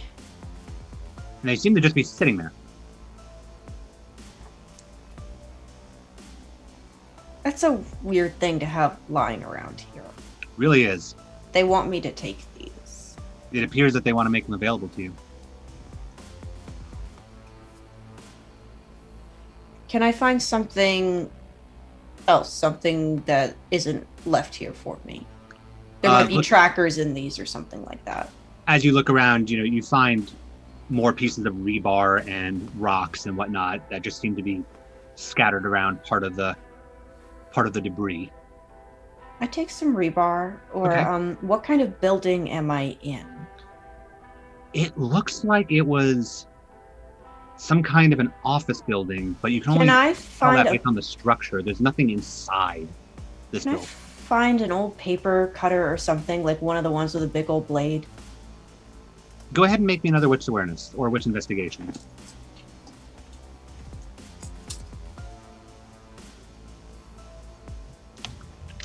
Three successes? You don't find an old paper cutter, but you do find a very large knife. It's just a knife. Does it have And a cutting edge? It does. I'll take it. Okay.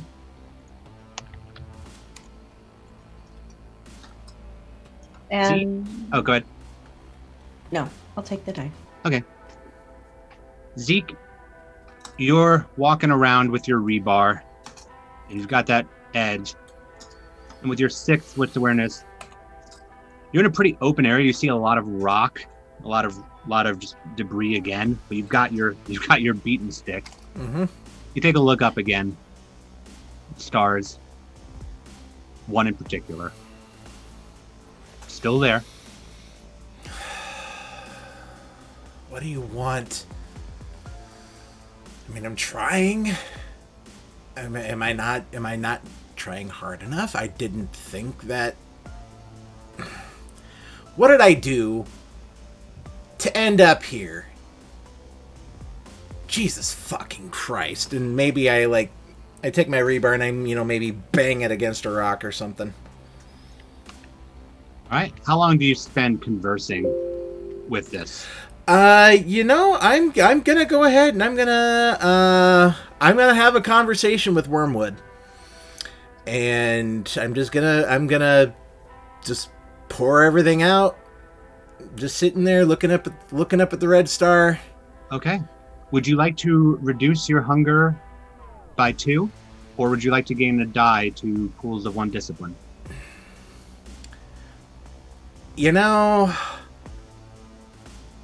I think I'm gonna have to kill my way out of this sooner rather than later.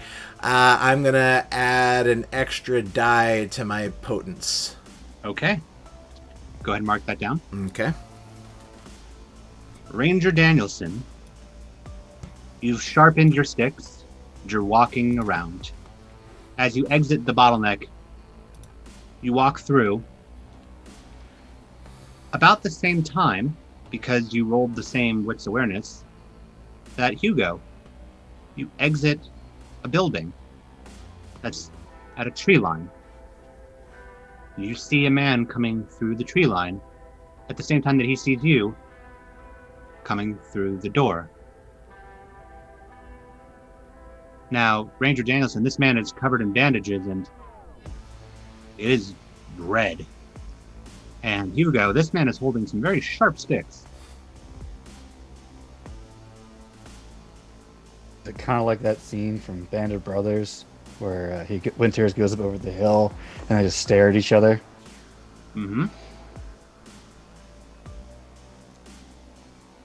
Well, we're going to have a discussion, aren't we? Maybe not. Depends on how it works. Yep. Looks like the last discussion you had didn't go well. He attacked me. Same. See you around? See you around. I'm going back into the woods. Gonna go back into the building and look for a weapon. Okay. Go ahead and, with your 4, Hugo, Mhm. you walk through, you find a couple of stakes in one room that are just scattered about on a table. Are they dusty at all? Yes. Okay. It's better than nothing. So, Okay. But I want to look for like a knife or something. That'll make another roll for me. All right. 3. You do find one knife. I'll take it. Okay. Everybody, if you're walking around some more, please make me another wits and awareness pool. And see who runs into who. All right, Maggie 4 again. Maggie got 3. Danielson got 4. Rob got 3. Hugo got 4. And Zeke got 4. Now, Ranger Danielson, you walk back into this bottlenecked tree line that really only has one way out except for the sloped rock that heads up. You stay in here? Do you try to climb up the rock? I'm going to Or do you just... pop. I'm going to pop Unseen Passage. Okay, go ahead and rouse for me. Good. Got an Okay. 8. And Storyteller, I would like to use my premonition. Okay, go ahead. I'm going to go ahead and roll your resolve aspects. Thank you.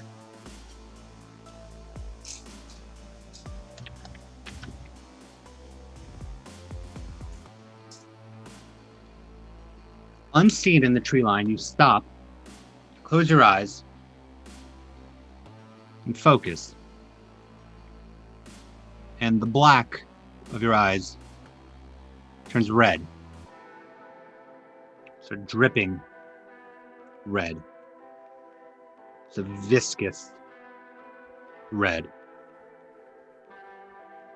Like it's pouring down from behind your eyelids, filling your vision. You can hear grunts, screams, bangs, crashes.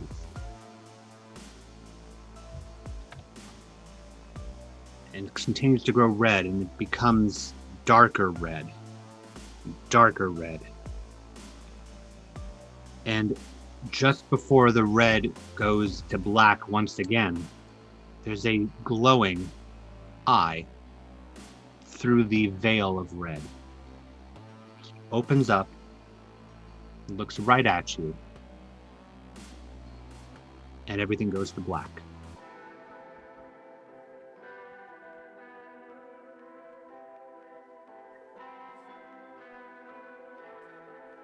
Stop for a second. going to hop back out of Unseen Passage. I'm going to go back to that door. I'm going back to where I just ran into Hugo. Okay. I'm not going to open the door. I'm not chasing after him, but I'm going to go exactly where we found each other. Okay. You're going back there. Hugo's already gone inside. And you walk that direction, then you stop. As you see somebody in a hoodie, brandishing a long piece of metal, just storming through. And he stops. Seems like he hears something from that door. Throws it open and goes inside. I'm going to go in. And as you go in, Zeke will with cut a stick in hand. And as you go in, Zeke will cut to you. You were storming through, and you heard something from in that building as you were storming through. Noise. Somebody's in there. Somebody that you can take this out on. And Hugo, you hear the door throw open again. Not sure, maybe it's that guy that you just saw, doubling back on his word, but you heard it. Wasn't quiet about it. You hear footsteps coming down the hall.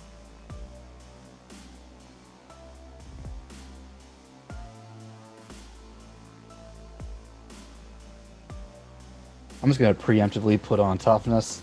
Okay, go ahead and roll for me. Hunger goes up. Okay. And I'm going to try to hide. Okay, go ahead and make a dex and stealth for me. I don't know who's coming. You can add your specialty for that. And Yes. Zeke, make your wits awareness for me.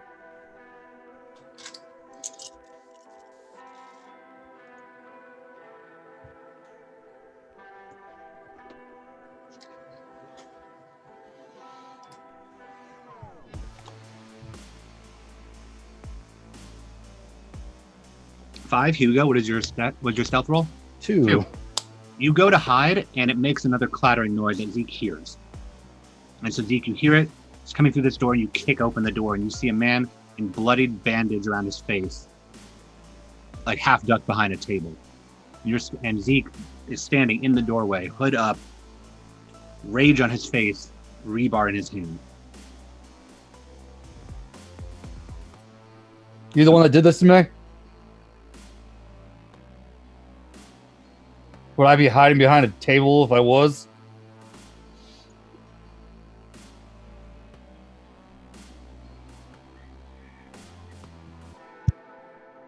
I'm Hugo. Who are you?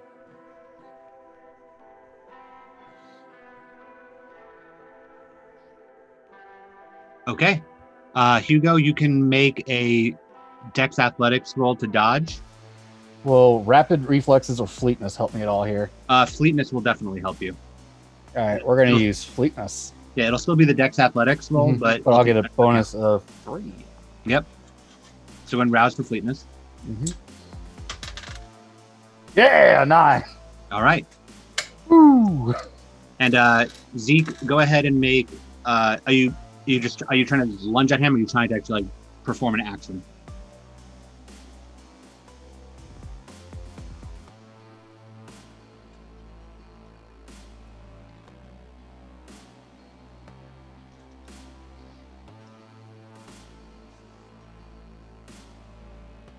Okay, we're going to call this strength athletics.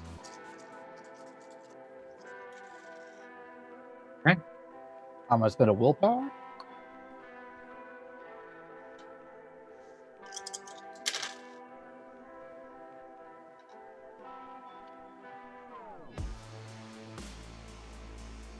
Oh. Yes, it does. Also, by the way, anybody that had superficial damage left over, you have healed it as you have roused for the night, just to remind you of that. No problem. Okay. Hugo, what was your Dex Athletics roll? 5. 5, okay.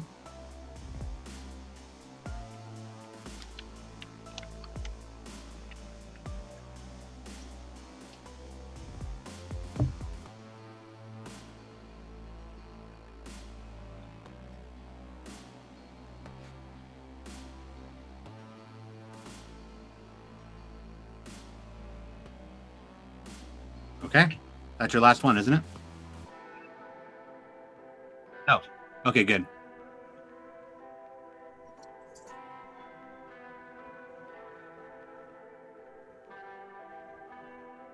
Yes! Yeah, so Zeke comes flying at you, but you have enough speed, Hugo, to catch by the rebar and turn him so that you're the one pinning him to the wall. And Zeke, you slam into the wall. This is not the position that you thought you were about to wind up in, but here you are. Hugo, your action. I don't want to hurt you, friend. Listen, maybe we should just calm down, think this through. Two of us have a better shot at this working together. Don't you understand? And I want to activate Obeya. Okay.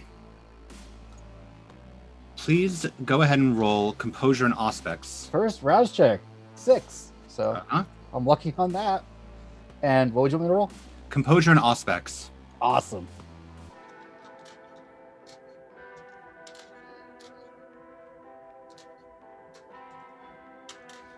Bonus from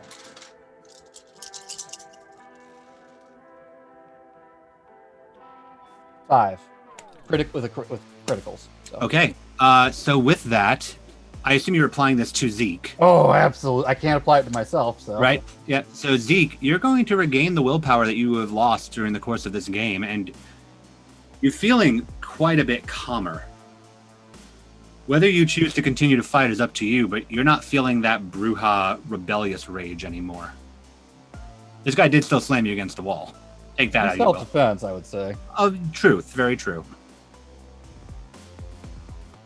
Mm-hmm.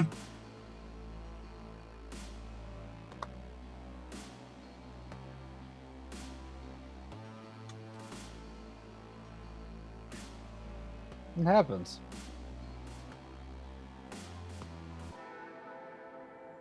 Oh, you can see some blood at the forehead of the bandages now.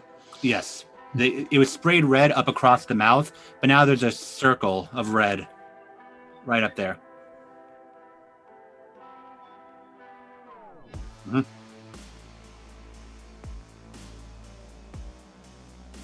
Mm-hmm.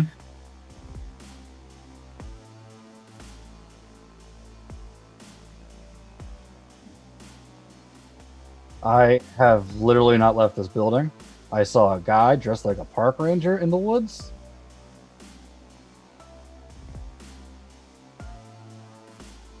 We're on an island, I think. And not a good island like Montreal.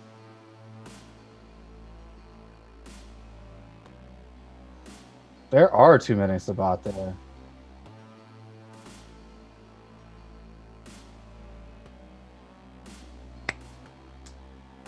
Is an elder fucking with us?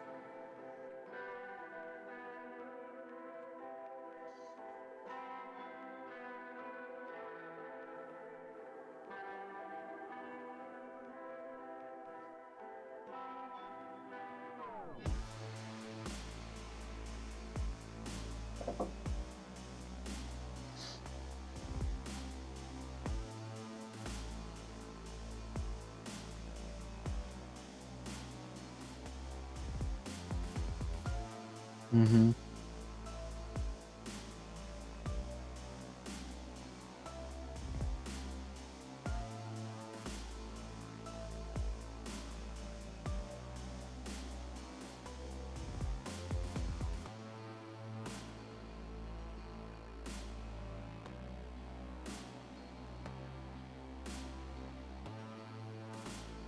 He tried to get the jump on me, but I thought we were friends.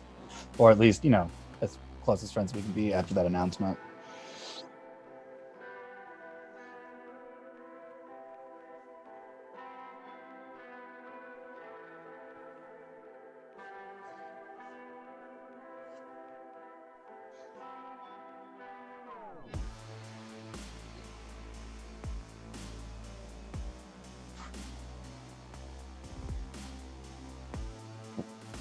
Third option, we try to sort it out, and if everything goes poorly at the end, you and me, one of us takes the prize.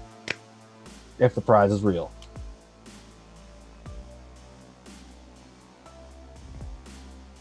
That's just why I just said fate if it's real.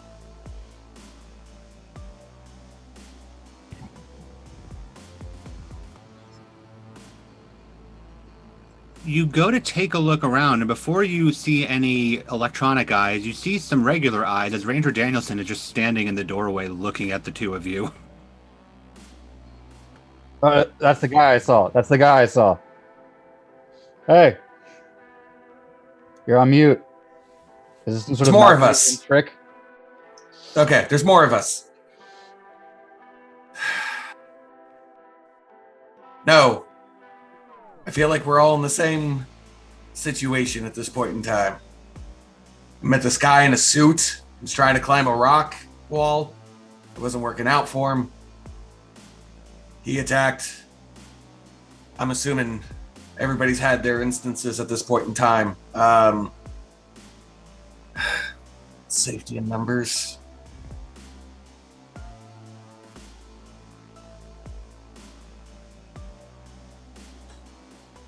I'm from a ranch, not from here.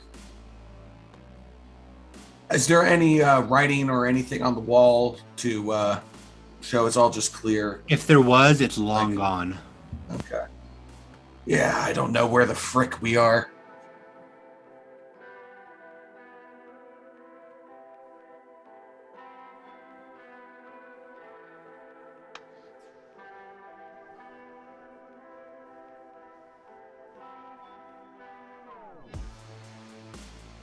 How do you? Originally, I was Wisconsin, but I spent some time at Skyfall.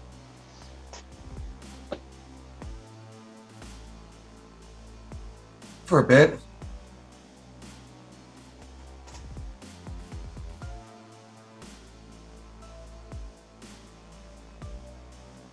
Okay, and as the three of you sort this out, less violently, Maggie, you're walking, I assume, more into the island with now armed. Yes, on that point, I want to double check. Was I able to take both the knife and the rebar, or Yes. was I? Okay, You have two hands, so yes. awesome. You're walking more into the island. As are you, Robin. You go through the building, brandishing now your axe. And it's only a matter of time with, though you don't know it, the other three occupants of this island all in the same building. It's only a matter of time before you round corners around rocky faces that more towards the center of the island and see each other. Robin, you see this gaunt woman holding a metal stick and a knife. Maggie, you see this woman holding a fireman's axe. You stop and stare.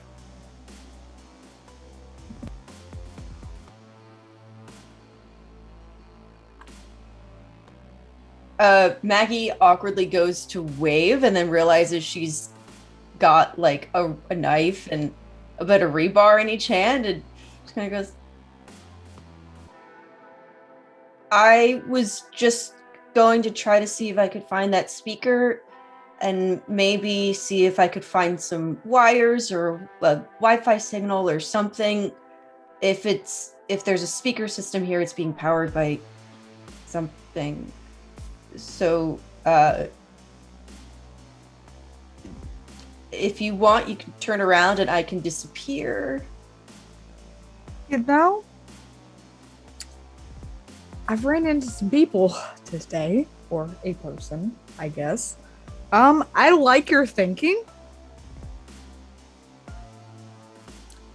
What if I help you? I'm not opposed, Mm-hmm.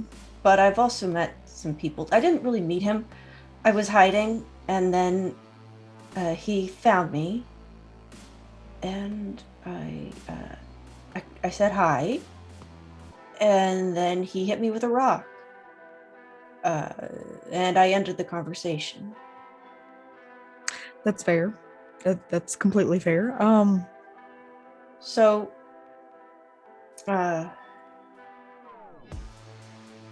if we're both still here and we both met people, and we're still here. We're probably both capable of killing. And we're both killers. And I don't want to hurt you, though. Fuck it. I'm Maggie. Robin. And she'll kind of awkwardly move she doesn't let go of either of the knife or the rebarb. But she it walks over to you and like awkwardly sort of tries to wave with the rebar because it's a little less threatening than the knife. This is okay. I think I originally heard the speaker from this way. Where do you think it was? That's where I heard it as well, correct? You did, yes. You both heard it roughly from this direction. Yeah, Okay. this way. I'm gonna be real with you. I'm just gonna level. I just want the hell out of here. So you not swing any of your shit at me. I won't swing this axe at you. Let's figure out why we're here. Yeah, I'm pretty used to people fucking with me and putting me in situations I don't want to be in, and making me hurt people to get out of them. But I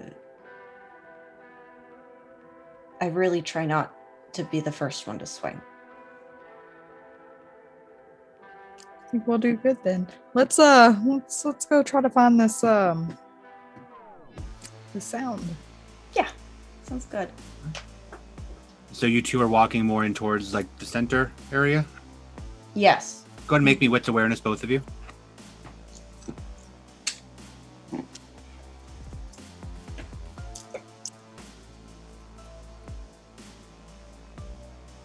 I rolled 3 10s and then 2 other successes. Very nice. Yes. 1. Robin, you are still thinking about the gangrel that backed off of the edge and trying very, very hard to make sure that Maggie believes that you are the killer she thinks that you are, to put you on even playing field, which has your focus on her more so than your surroundings. You're getting a good look at hers. She seems like she knows how to handle herself. Like, when she says that she's a killer, she's a fighter, you believe it. All this attention means that, Maggie, you're doing most of the lifting in terms of looking around, but fortunately for you, you've got a very, very keen eye. And it's only a matter of time before you see cables running through trees. And they lead to a speaker that's mounted in a tree. You get a sense, you follow the cable back the other way, going backwards the way that you came, but this time you follow the cable around to another speaker. And you see cables running from that. And you get the sense that you all heard the sound come from this way because there's speakers all over the island. And as you look, you can see a little red dot light under each speaker as you go through. A little blinking red dot light. Like it's recording? Like it's recording. Like it's a camera.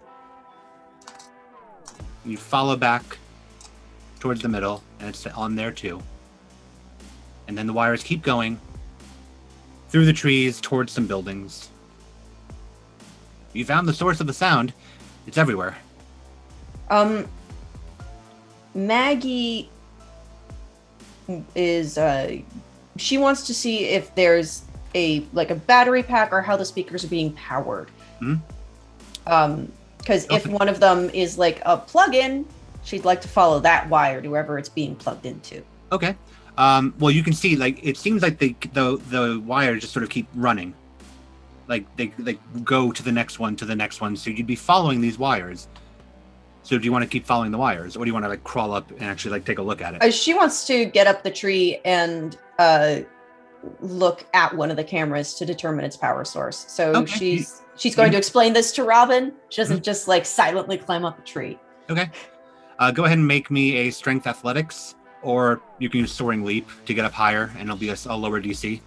Soaring leap sounds good. Okay. Robin, you gonna let her climb up the tree by herself? Or are you just on alert down at the ground? Yeah. What do you make of all this?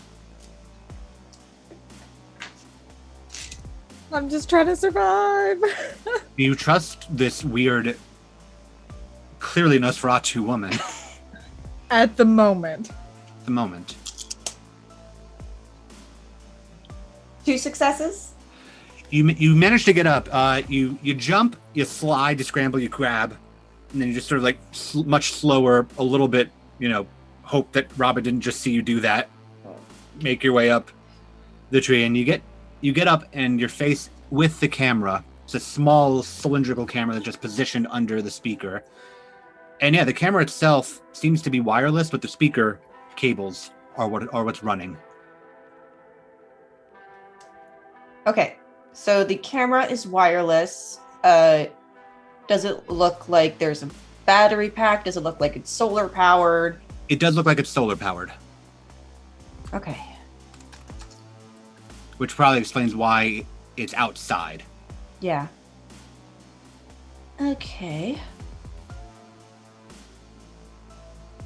Do you stay with this camera, or do you follow the cables that you can track? I would like to follow the cables because unfortunately I don't have any way to hack this signal to figure out where we are right now. That's true. You are without a computer, without Yeah. most of your normal devices. So you scramble back down, And I explained to my companion. All right. And then, Robin, do you follow Maggie? Yeah.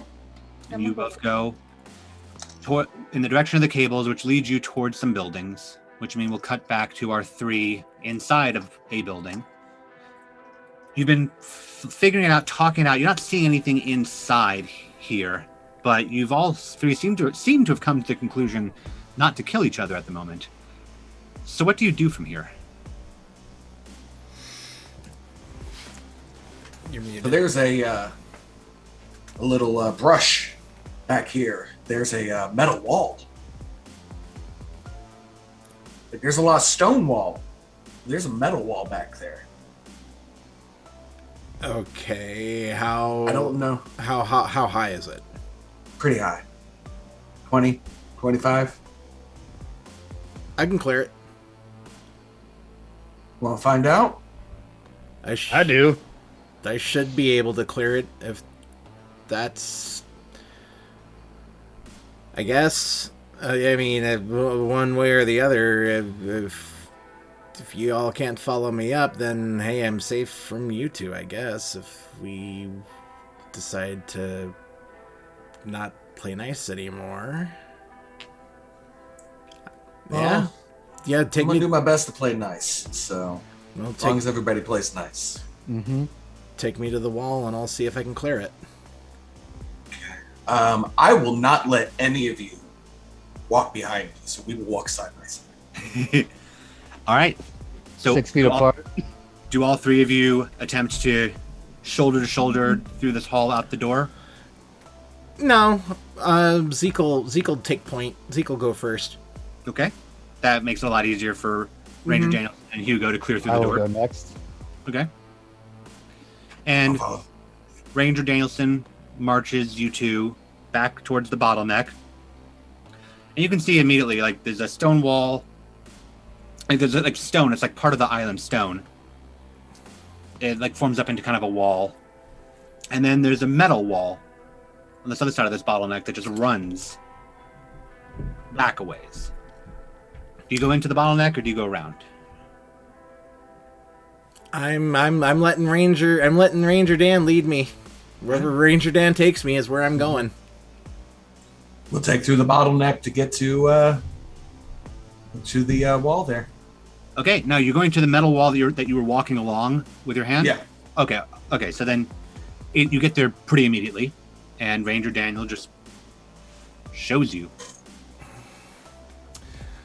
Storyteller, what's this wall actually like? Is it like a sheer metal wall? Is there like plating with rivets? What are we looking at? It looks like large single pieces. It's a little bit like wavy. It looks rusty, and it just looks like it's been jammed into the ground bit by bit to form a large, long metal wall. What's this made out of?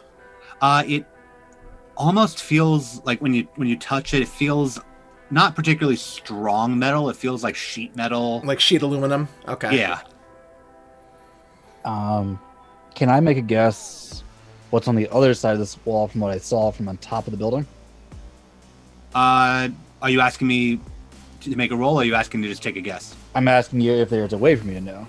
Not really. Okay. You didn't really notice this wall from up top there. It wasn't particularly like tall or impressive. Interesting. All right. Well, I don't need to scale this, and I'm just gonna punch the wall. Okay. Go ahead and make me a strength and brawl. Okay. With your potent added in. Okay. Because I believe you still have prowess roused, yes? Yeah. Yep, so go ahead and add that in. And you have your additional die to this pool. Okay. From your talk with the star. Okay. Which is in there.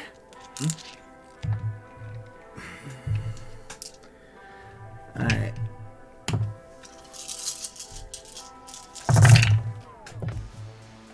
Okay, 1, 2, 3, 4, 5, 6. I need to re-roll this one because I technically ran out of standard dice. 1, 2, 3, 4, 5, 6. 6 successes. Okay. Maggie, Robin, you're walking through the middle of the island towards buildings. You're going through trees, rocks. There's spotlights still like scattered throughout the way that they were around the other parts of the island. Just random lights that just illuminate like halogens. You come through these trees and you see stone, brush, and a metal wall that's just cutting through. It doesn't look like it goes particularly far. It actually looks like it goes like halfway and then it goes back, like around some trees. But you only get to look at it for about a second before a major section of it just comes spiraling off in a loud bang. It doesn't go flying at you. It just corkscrews, wobbles, and hits the ground. And where that section was is one man in a hoodie with his fist out, with 2 men behind him, one in a funny-looking hat, and another in blood-splattered bandages. And you 3 now see these 2, where the wall once was. One holding a fireman's axe, the other holding a piece of rebar and a knife. I pick up my piece of rebar and I kind of like ready it as a spear or as a javelin, but I'm not making any like move to attack.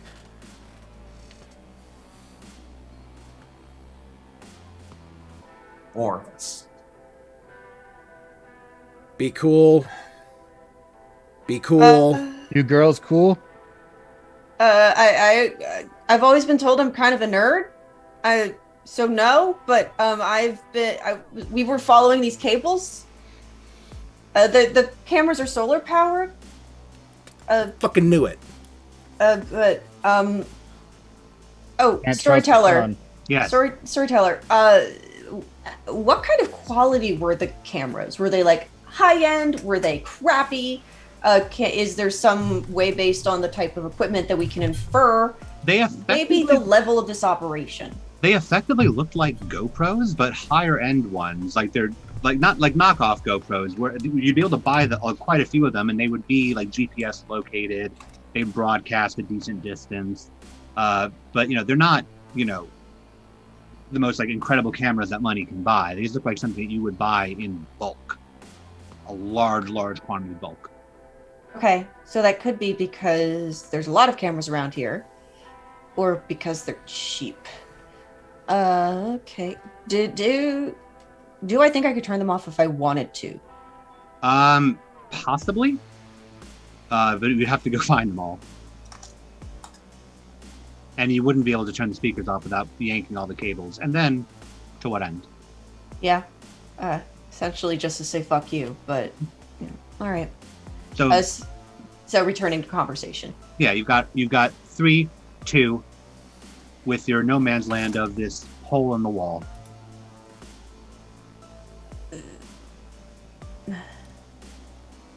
So there's cameras. They're solar powered. Oh, They're is the like- other one cool? Yeah, I'm cool. Robin, you see the red circle of blood in the dead center of his forehead. You don't have to say anything, you know. Yeah, I'm cool. I'm hoping to at least maybe find wherever these cables go, because they probably go to something. And if someone's watching us, I guess it's for entertainment or an experiment or bullshit like that. And I'd rather not give them the satisfaction. Do you think it's the Tremere fucking with us? I mean, when I threw, I met a guy here. It did not go Yeah? well, and I threw his body over the edge, and there was like a push, and then his body was gone. So it could have been Tremere bullshit. Maybe the whole island's warded. I had a similar situation, but I saw what it was. That was fire.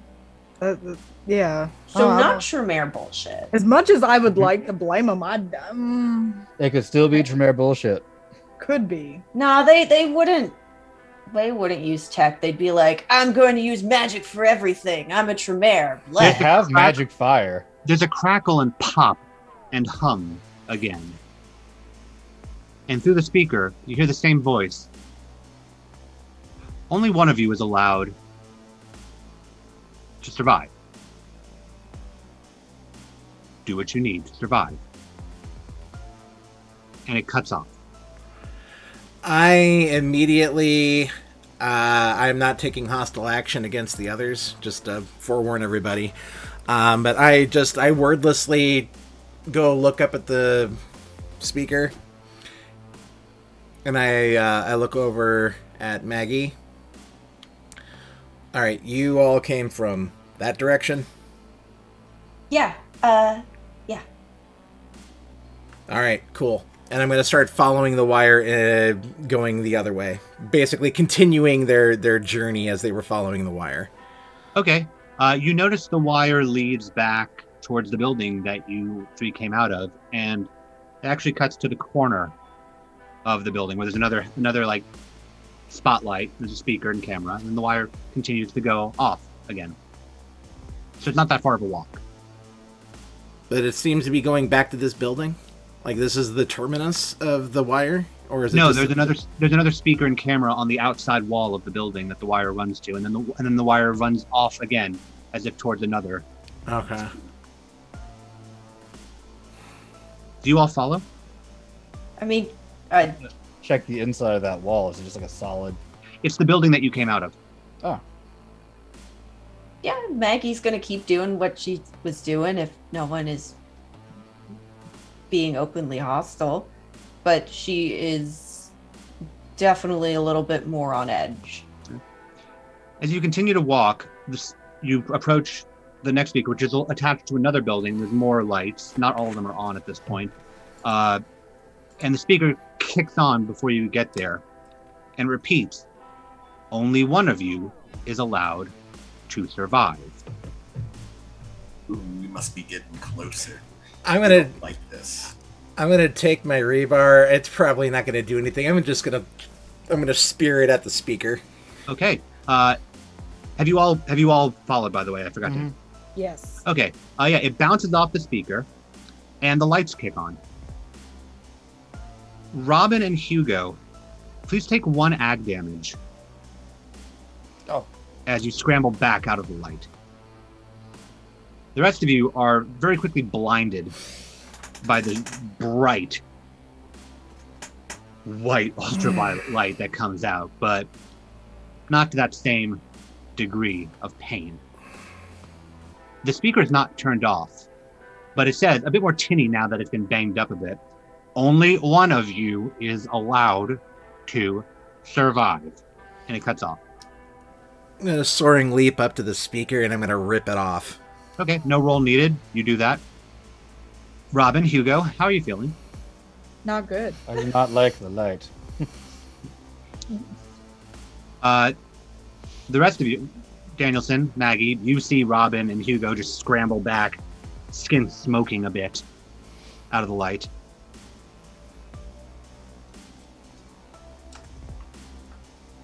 You too, huh? Yeah.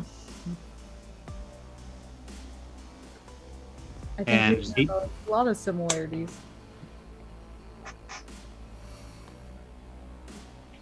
Zeke comes down with a speaker in his hand. I hand it to Maggie. The camera's attached to the speaker, Maggie. Here.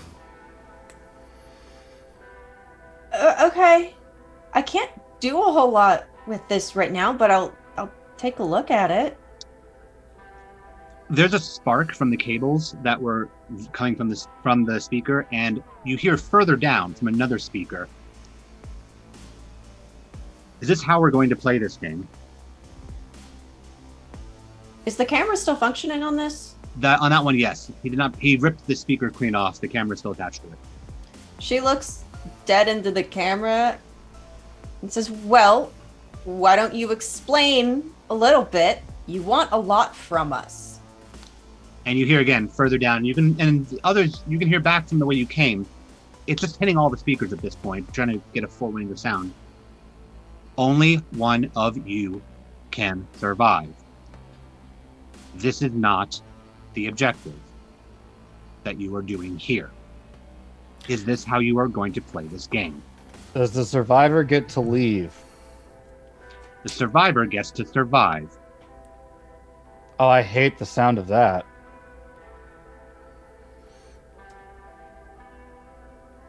How far away is the next speaker in the chain? It's about 20 yards.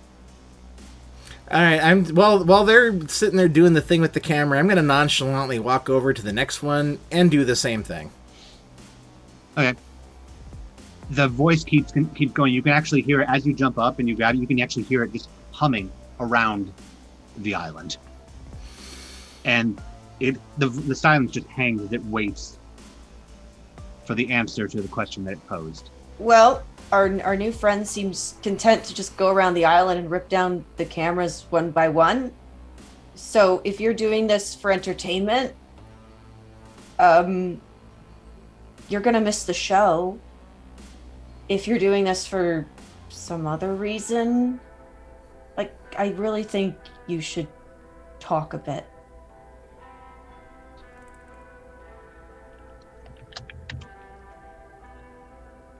You hear a sigh,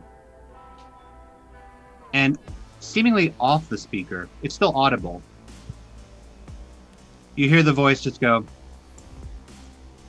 hard reset, and the speaker cuts from around.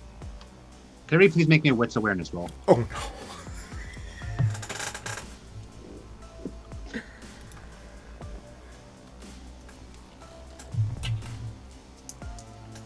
Three, four. Or messy crit. One messy crit. We're going to call that paranoia. 1. One. Danielson and Maggie hear it. And it freaks Danielson out because he doesn't really know what it is. But Maggie, you've got a high enough technology rating that eventually you can recognize it. It sounds like a motor. It's coming from up above, but it sounds like an electric motor. It's Drone? quiet. It's quiet. What? Drone? Drone. She yells Just drone. sort of shouts. And as she yells drone, you see its wingspan is about the size of the group of you. It's U-shaped. The drone just drop down from the sky, very rapid. The U-shaped wings are fully straight up, And then as it comes closer, it expands out to catch itself. Do you all let this continue to fall? Do you run? I am hauling ass to the drone. My objective is to smash this fucker up as much as physically possible. Okay. I'm going to hide behind a tree in case there's an explosion. Sounds good. Yeah, I want to hide. Same. Yeah.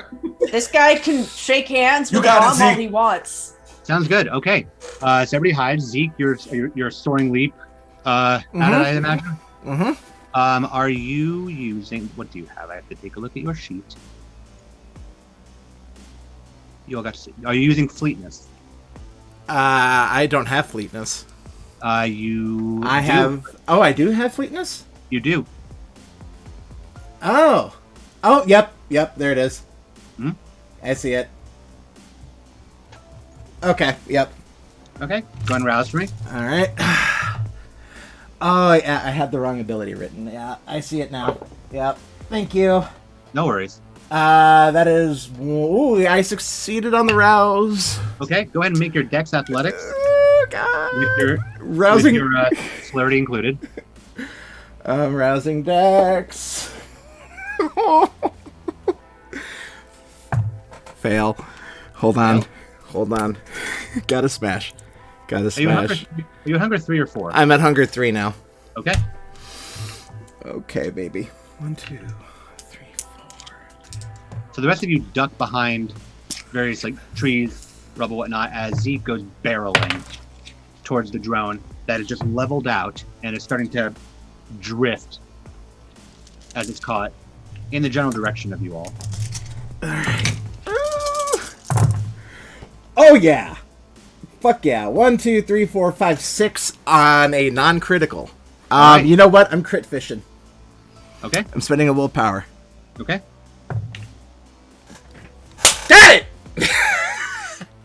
I'm gonna, yep. Alright, 1, 2, 3, 4, 5, 6, 7, 8, 9 on a crit.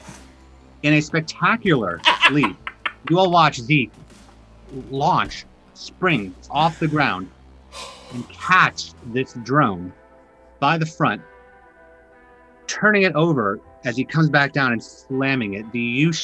His fingers dig into the solar paneling on top that powers it.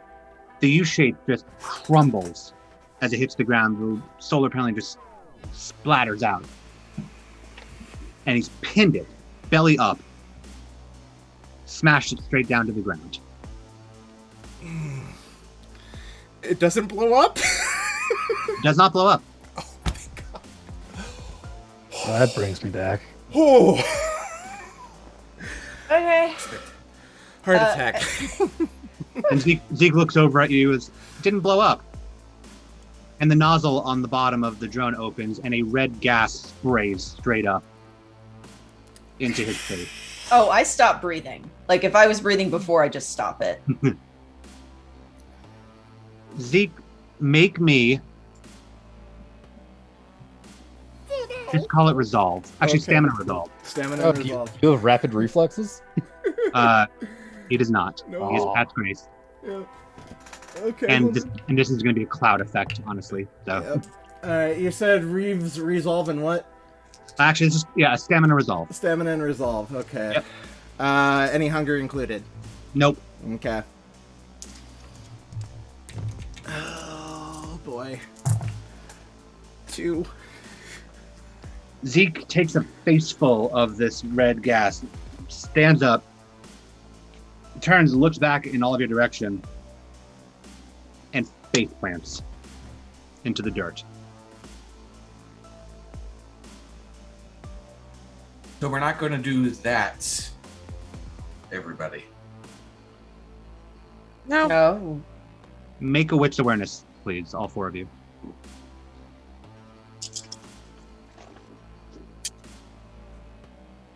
One, 5. 5, 7? 7, 3. Once again, Maggie and Ranger Danielson see it first. Ranger Danielson, you're still very, very, very paranoid. So you see it and you freak out the moment that you see it. Maggie, though, you heard it, actually. You thought it was part of the smashing down, but once you see it, you put 2 and 2 together really quick.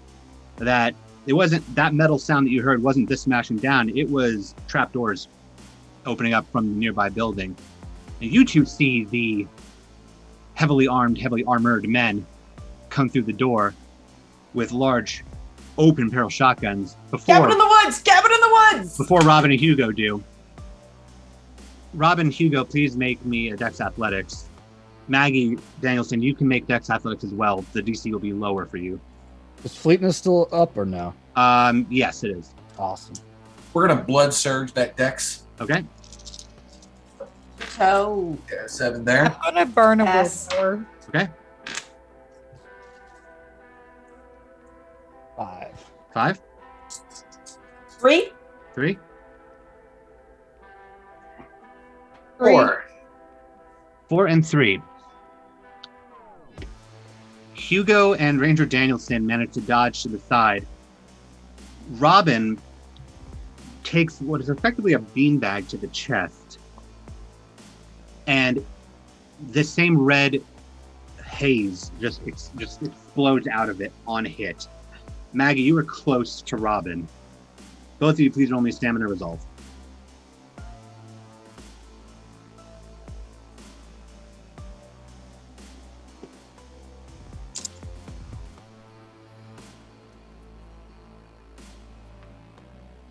Two. 2, The classic 3. 3. Maggie, you go down, grabbing onto Robin to hold up, and you fall. Robin attempts to hold you up and manages to for a bit before she drops to her knees, and both of you holding on to each other, face into the dirt. Hugo, Ranger Danielson, you have managed to dodge out of the way of this, and these men are still coming. What do you do? I'm gonna run next to Hugo and be like, "Hey, we need to get out of here now." Agreed. I'm gonna take my stake. I'm gonna try stab it in the chest. Oh, you dick. At Hugo's chest? Yes. Okay, go ahead. Hugo, you can make Dex Athletics to dodge, and Ranger Danielson, go ahead and make your strength melee. Can I We're gonna activate, blood search. Okay, what was That the strength. can I activate toughness as a reflex or no? I believe you had already activated it, actually. Hell yeah. That is a beautiful 10 on that rouse. Wonderful. On the surge there.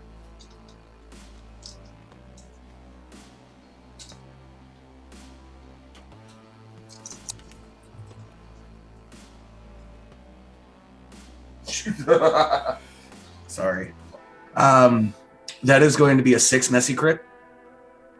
And it's plain 6 for Hugo. So at that tie, you go to stab him, and you miss the heart. You do stab him.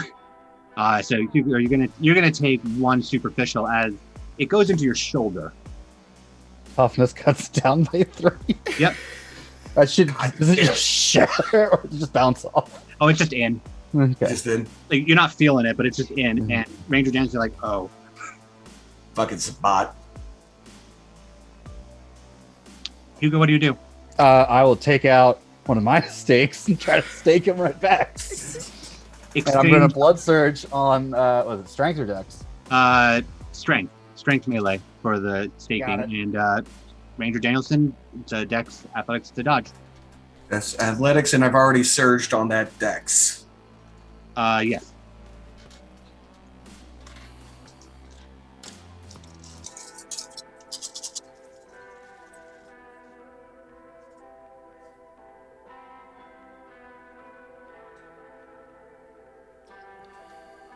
Okay.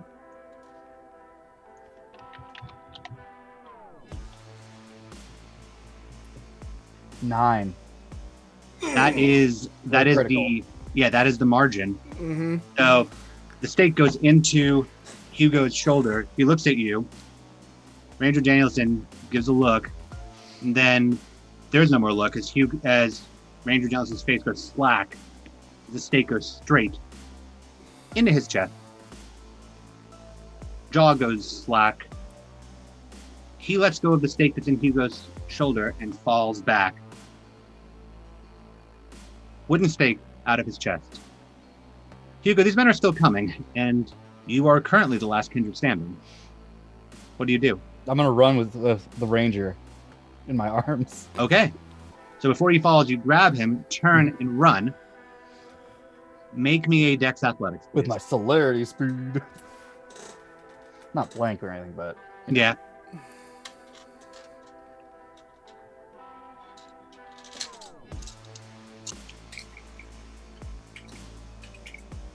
five. 5. You clear over. You clear over the bodies that have fallen on the ground nearby you. Run through rocks. You're carrying him. It's a bit wobbly, but you're going. Where are you trying to go? Just away long enough so I can just drink him as revenge. You run, and you come through the clearing. You come through the trees into the clearing, and there's like a metal kind of lean-to shack, brush, open dirt. There's wooden like rods that have been like pounded into the ground, and even you're running. It's open field, open dirt at this point, and just dark up ahead. You get the sense that you're getting closer to the edge. Yeah, eyes of the beast to make sure I don't run over the side. You see the edge up ahead, and you see a boat right off the side. All right, I'm gonna real fast drink the ranger. Okay. So Go ahead and make your humanity and blood potency versus his resolve and blood potency.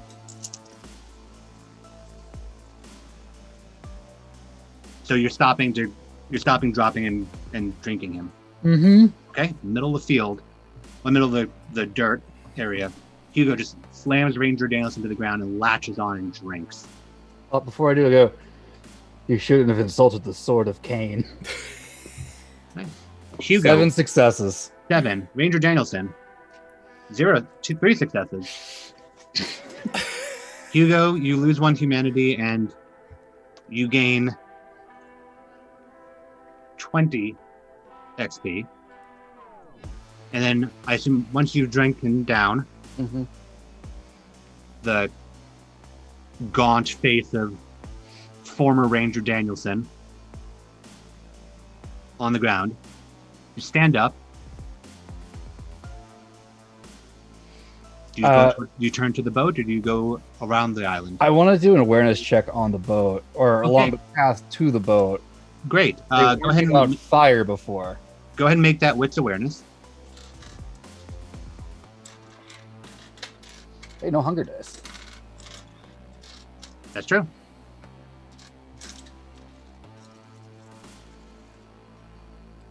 One. 1. Make me a Dex Athletics check, please. Awesome. I'm gonna go fleetness. You still have it up already. Oh, okay, cool. This is still the same theme.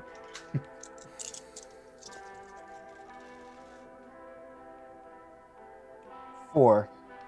4. You look up and you see the boat, and you hear a sound. Takes you a second to realize what it is, and by the time you realize that it was the same sound as the other gun that fired that beanbag, it hits you square in the face. Ah. Red mist up. Please make me a stamina resolve roll.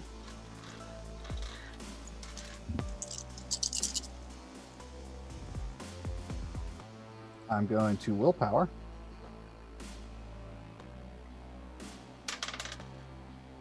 All right, 4 successes. All right. You're dazed. I mean, you took a square shot to the face, and it's this weird, suffocating mist. And you're stumbling towards the boat. Not quite down yet. Like one knee drops. And you see men coming off the boat towards you. How close is the water? The water is... You'd have to run past the men, but it's about 15 feet from you. I'm going for it. I'm diving in. Okay, make me Dex Athletics, subtract 1 die for your current impairment. Okay.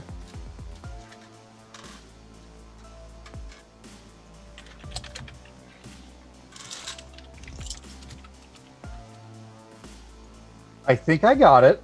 Okay. 7. with a critical. You definitely beat it. You bolt and you're staggering, clawing at the ground. You hear the boom boom as more of these fire off. Beanbags hit the ground, red mist popping up behind you, and you're going for the boat or for the water? The water. I want to swim away. Right. And you leap over the edge. Mm-hmm. You are airborne, going down towards the water. Ranger Danielson, what are you thinking inside the mind of Hugo? I don't think this is the way to survive.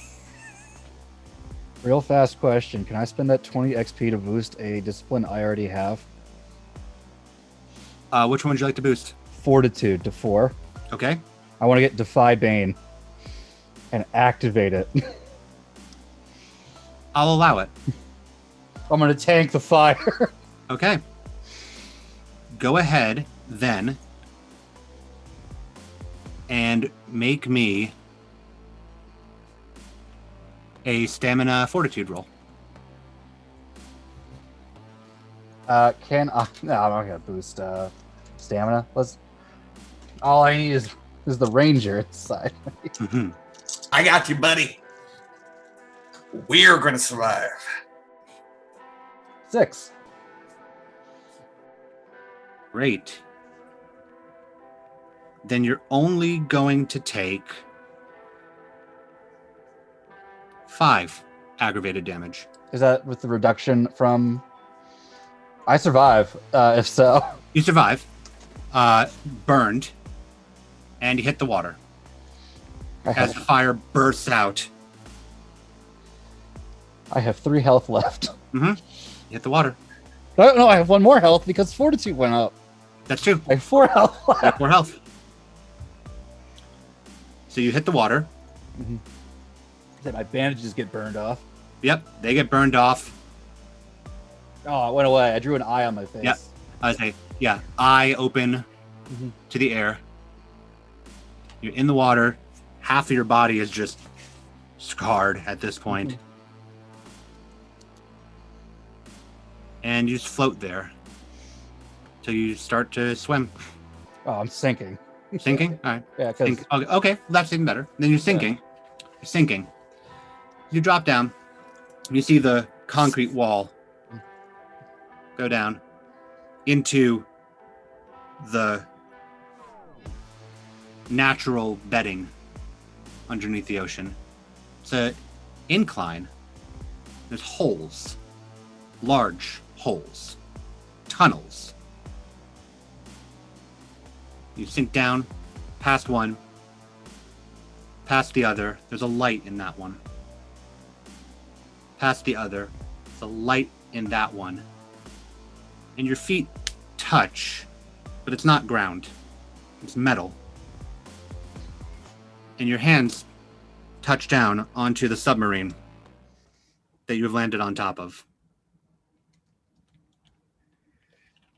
We're going to cut back up to our incapacitated kindred who are being collected and brought back down through these trapdoors that lead to roughly the same place that Hugo is looking, that he may or may not wind up in. They're brought into this facility where they are put into enclosed chambers, tubes pumped into them, pumping blood to heal, to restore. Give it another go once they're up and running again. Gunkanjima became a UNESCO World Heritage Site in 2015, but the future had other plans. Decades later, a multinational industrial complex acquired the island for research and development purposes. To the general public, the R&D project on the island is filed as the BE68 program and nothing more, with funding from Endron International. Those who walk the path of the supernatural better know this as an op site for what they commonly call the Second Inquisition, with funding from Pentex. The true nature of this site is widely unknown and kept close to the vest. The existence of this site as a Second Inquisition operation is mostly kept within the courts and baronies and not dispersed to the public. It is unknown because getting close enough to require actual recon has been fruitless so far. This is where we'll end Last Kindred Standing. Thank you very much to all of you for watching. Thank you very much to my 5 kindred who, up until the very end, did not go full battle royale. A very pleasant surprise. It's very nice to see that you are who you choose to be and not the situation that you're put in. We're going to go around really quick and everybody's going to tell you who they are, where you can find them. We will go in reverse order and we will start with our Maggie Ford. I am Rosie, regular size mom. You can find me on Twitter at mom_sized. Every Thursday, you can find me over on Vorpal Tales. Right now, we're playing Star Trek. I was a bunch of tribbles last episode. It was kind of awesome. And you can find me over on Carrion Comfort, doing a variety of things. If you like Vampire, check out Gehenna Gaming's Dark Ages. I was in that as Captain Keats. Kind of rad.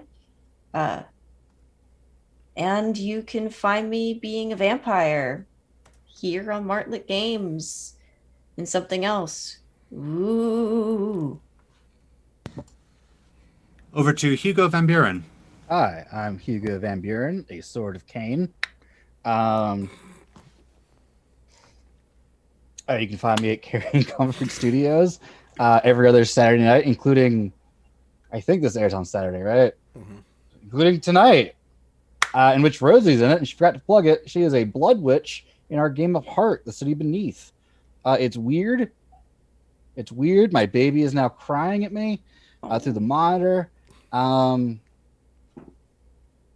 do Putinesca by night. That should be coming back at some point.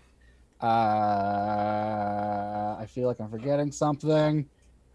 Isn't this? Won't you be doing something for Oh yeah, Vorpal Tales. I'm gonna be in their new series, Delta Green, on Monday nights. I am a National Park Service law enforcement agent. Very cool. Because that counts. Moving over to Robin Meek. Hi, I'm Frankie, or Fae the Pagan. I'm the storyteller for BG by Night at twitch.tv/Fae the Pagan. Over to Ranger Danielson. Hi, everybody. I'm the shriveled husk of Ranger Danielson there. Somebody had to go for a PvP moment, you know? Kind of happens. I am Steven Rieger, creative partner at Martlet Games. You'll find my link tree in the chat at Darth Generico through Twitter. I am going to be hiding in the woods for 5 days, and I'm coming back with a vampire story. And when I do, we will have some fun. And finally, Zeke. Hi, Patrick Gill, creative director here at Martlet Games. I'd like to thank everyone for being on screen tonight. This was a blast. Zach, thank you for storytelling. Rosie, Ben, thank you. It's about damn time we got some Carrion Comfort people on screen. Like, well, no, wait, Ben, we had you on. Never mind. I was Chet, the world's Chet. corresponding with Keith. There we go. There we are. Forgot. I'm sorry. I have a lot in here. And Faye, thank you very much for tagging along here. This was awesome. I am actually a huge fan of Bowling Green. I do watch your show, believe it or not. Yeah, Steve, as always, is, yeah, thank you, Kimosabi. So as far as stuff going on, we've got our Cults of the Blood Gods game coming up on Onyx Path. That's going to be starting production here right quick. We are going to be doing a sister game, which Rosie alluded to earlier. I'm still playing around with the name, but yeah, you're gonna get double the Blood Gods action here. We will have a Hakata-centric sister game on our channel to go along with the Bahari main game or main production game over on Onyx Path. We've got tons of stuff. Just check us out. I'm your storyteller, Zachary Vaudo. You can typically find me on ATL by Night over on twitch.tv/ATL by Night on Tuesdays. We are in our postseason, so we're doing things like Blood Bonding, which is our interview show. I should be on this upcoming Tuesday. You can catch me there. We're also doing game nights. just to pass the time in between Season 5 and Season 6, which will be coming back this fall. You can also find me on Level Up TTV, level_TTV. You can find me there about now with Patrick playing Vancouver Adjacent by night. We're actually going to raid over there as soon as we're done here. And you can find me on Martlet Games, Carrion Comfort Studios, Gehenna Gaming, The Bard's Playhouse. Keep going. Wherever tabletops are played, I am there. And I will continue to be there. Maybe I'll be storytelling for you, maybe I'll be playing for you. Thank you all for tuning in. Gunkanjima is an actual island off the coast of Nagasaki. Look into it. It's very fascinating. It is a UNESCO World Heritage Site, as per history. And it is just the perfect setting for this vampire story. Thank you guys so much for watching. We'll see you over on Vancouver Adjacent. Have a good night. Bye, everybody.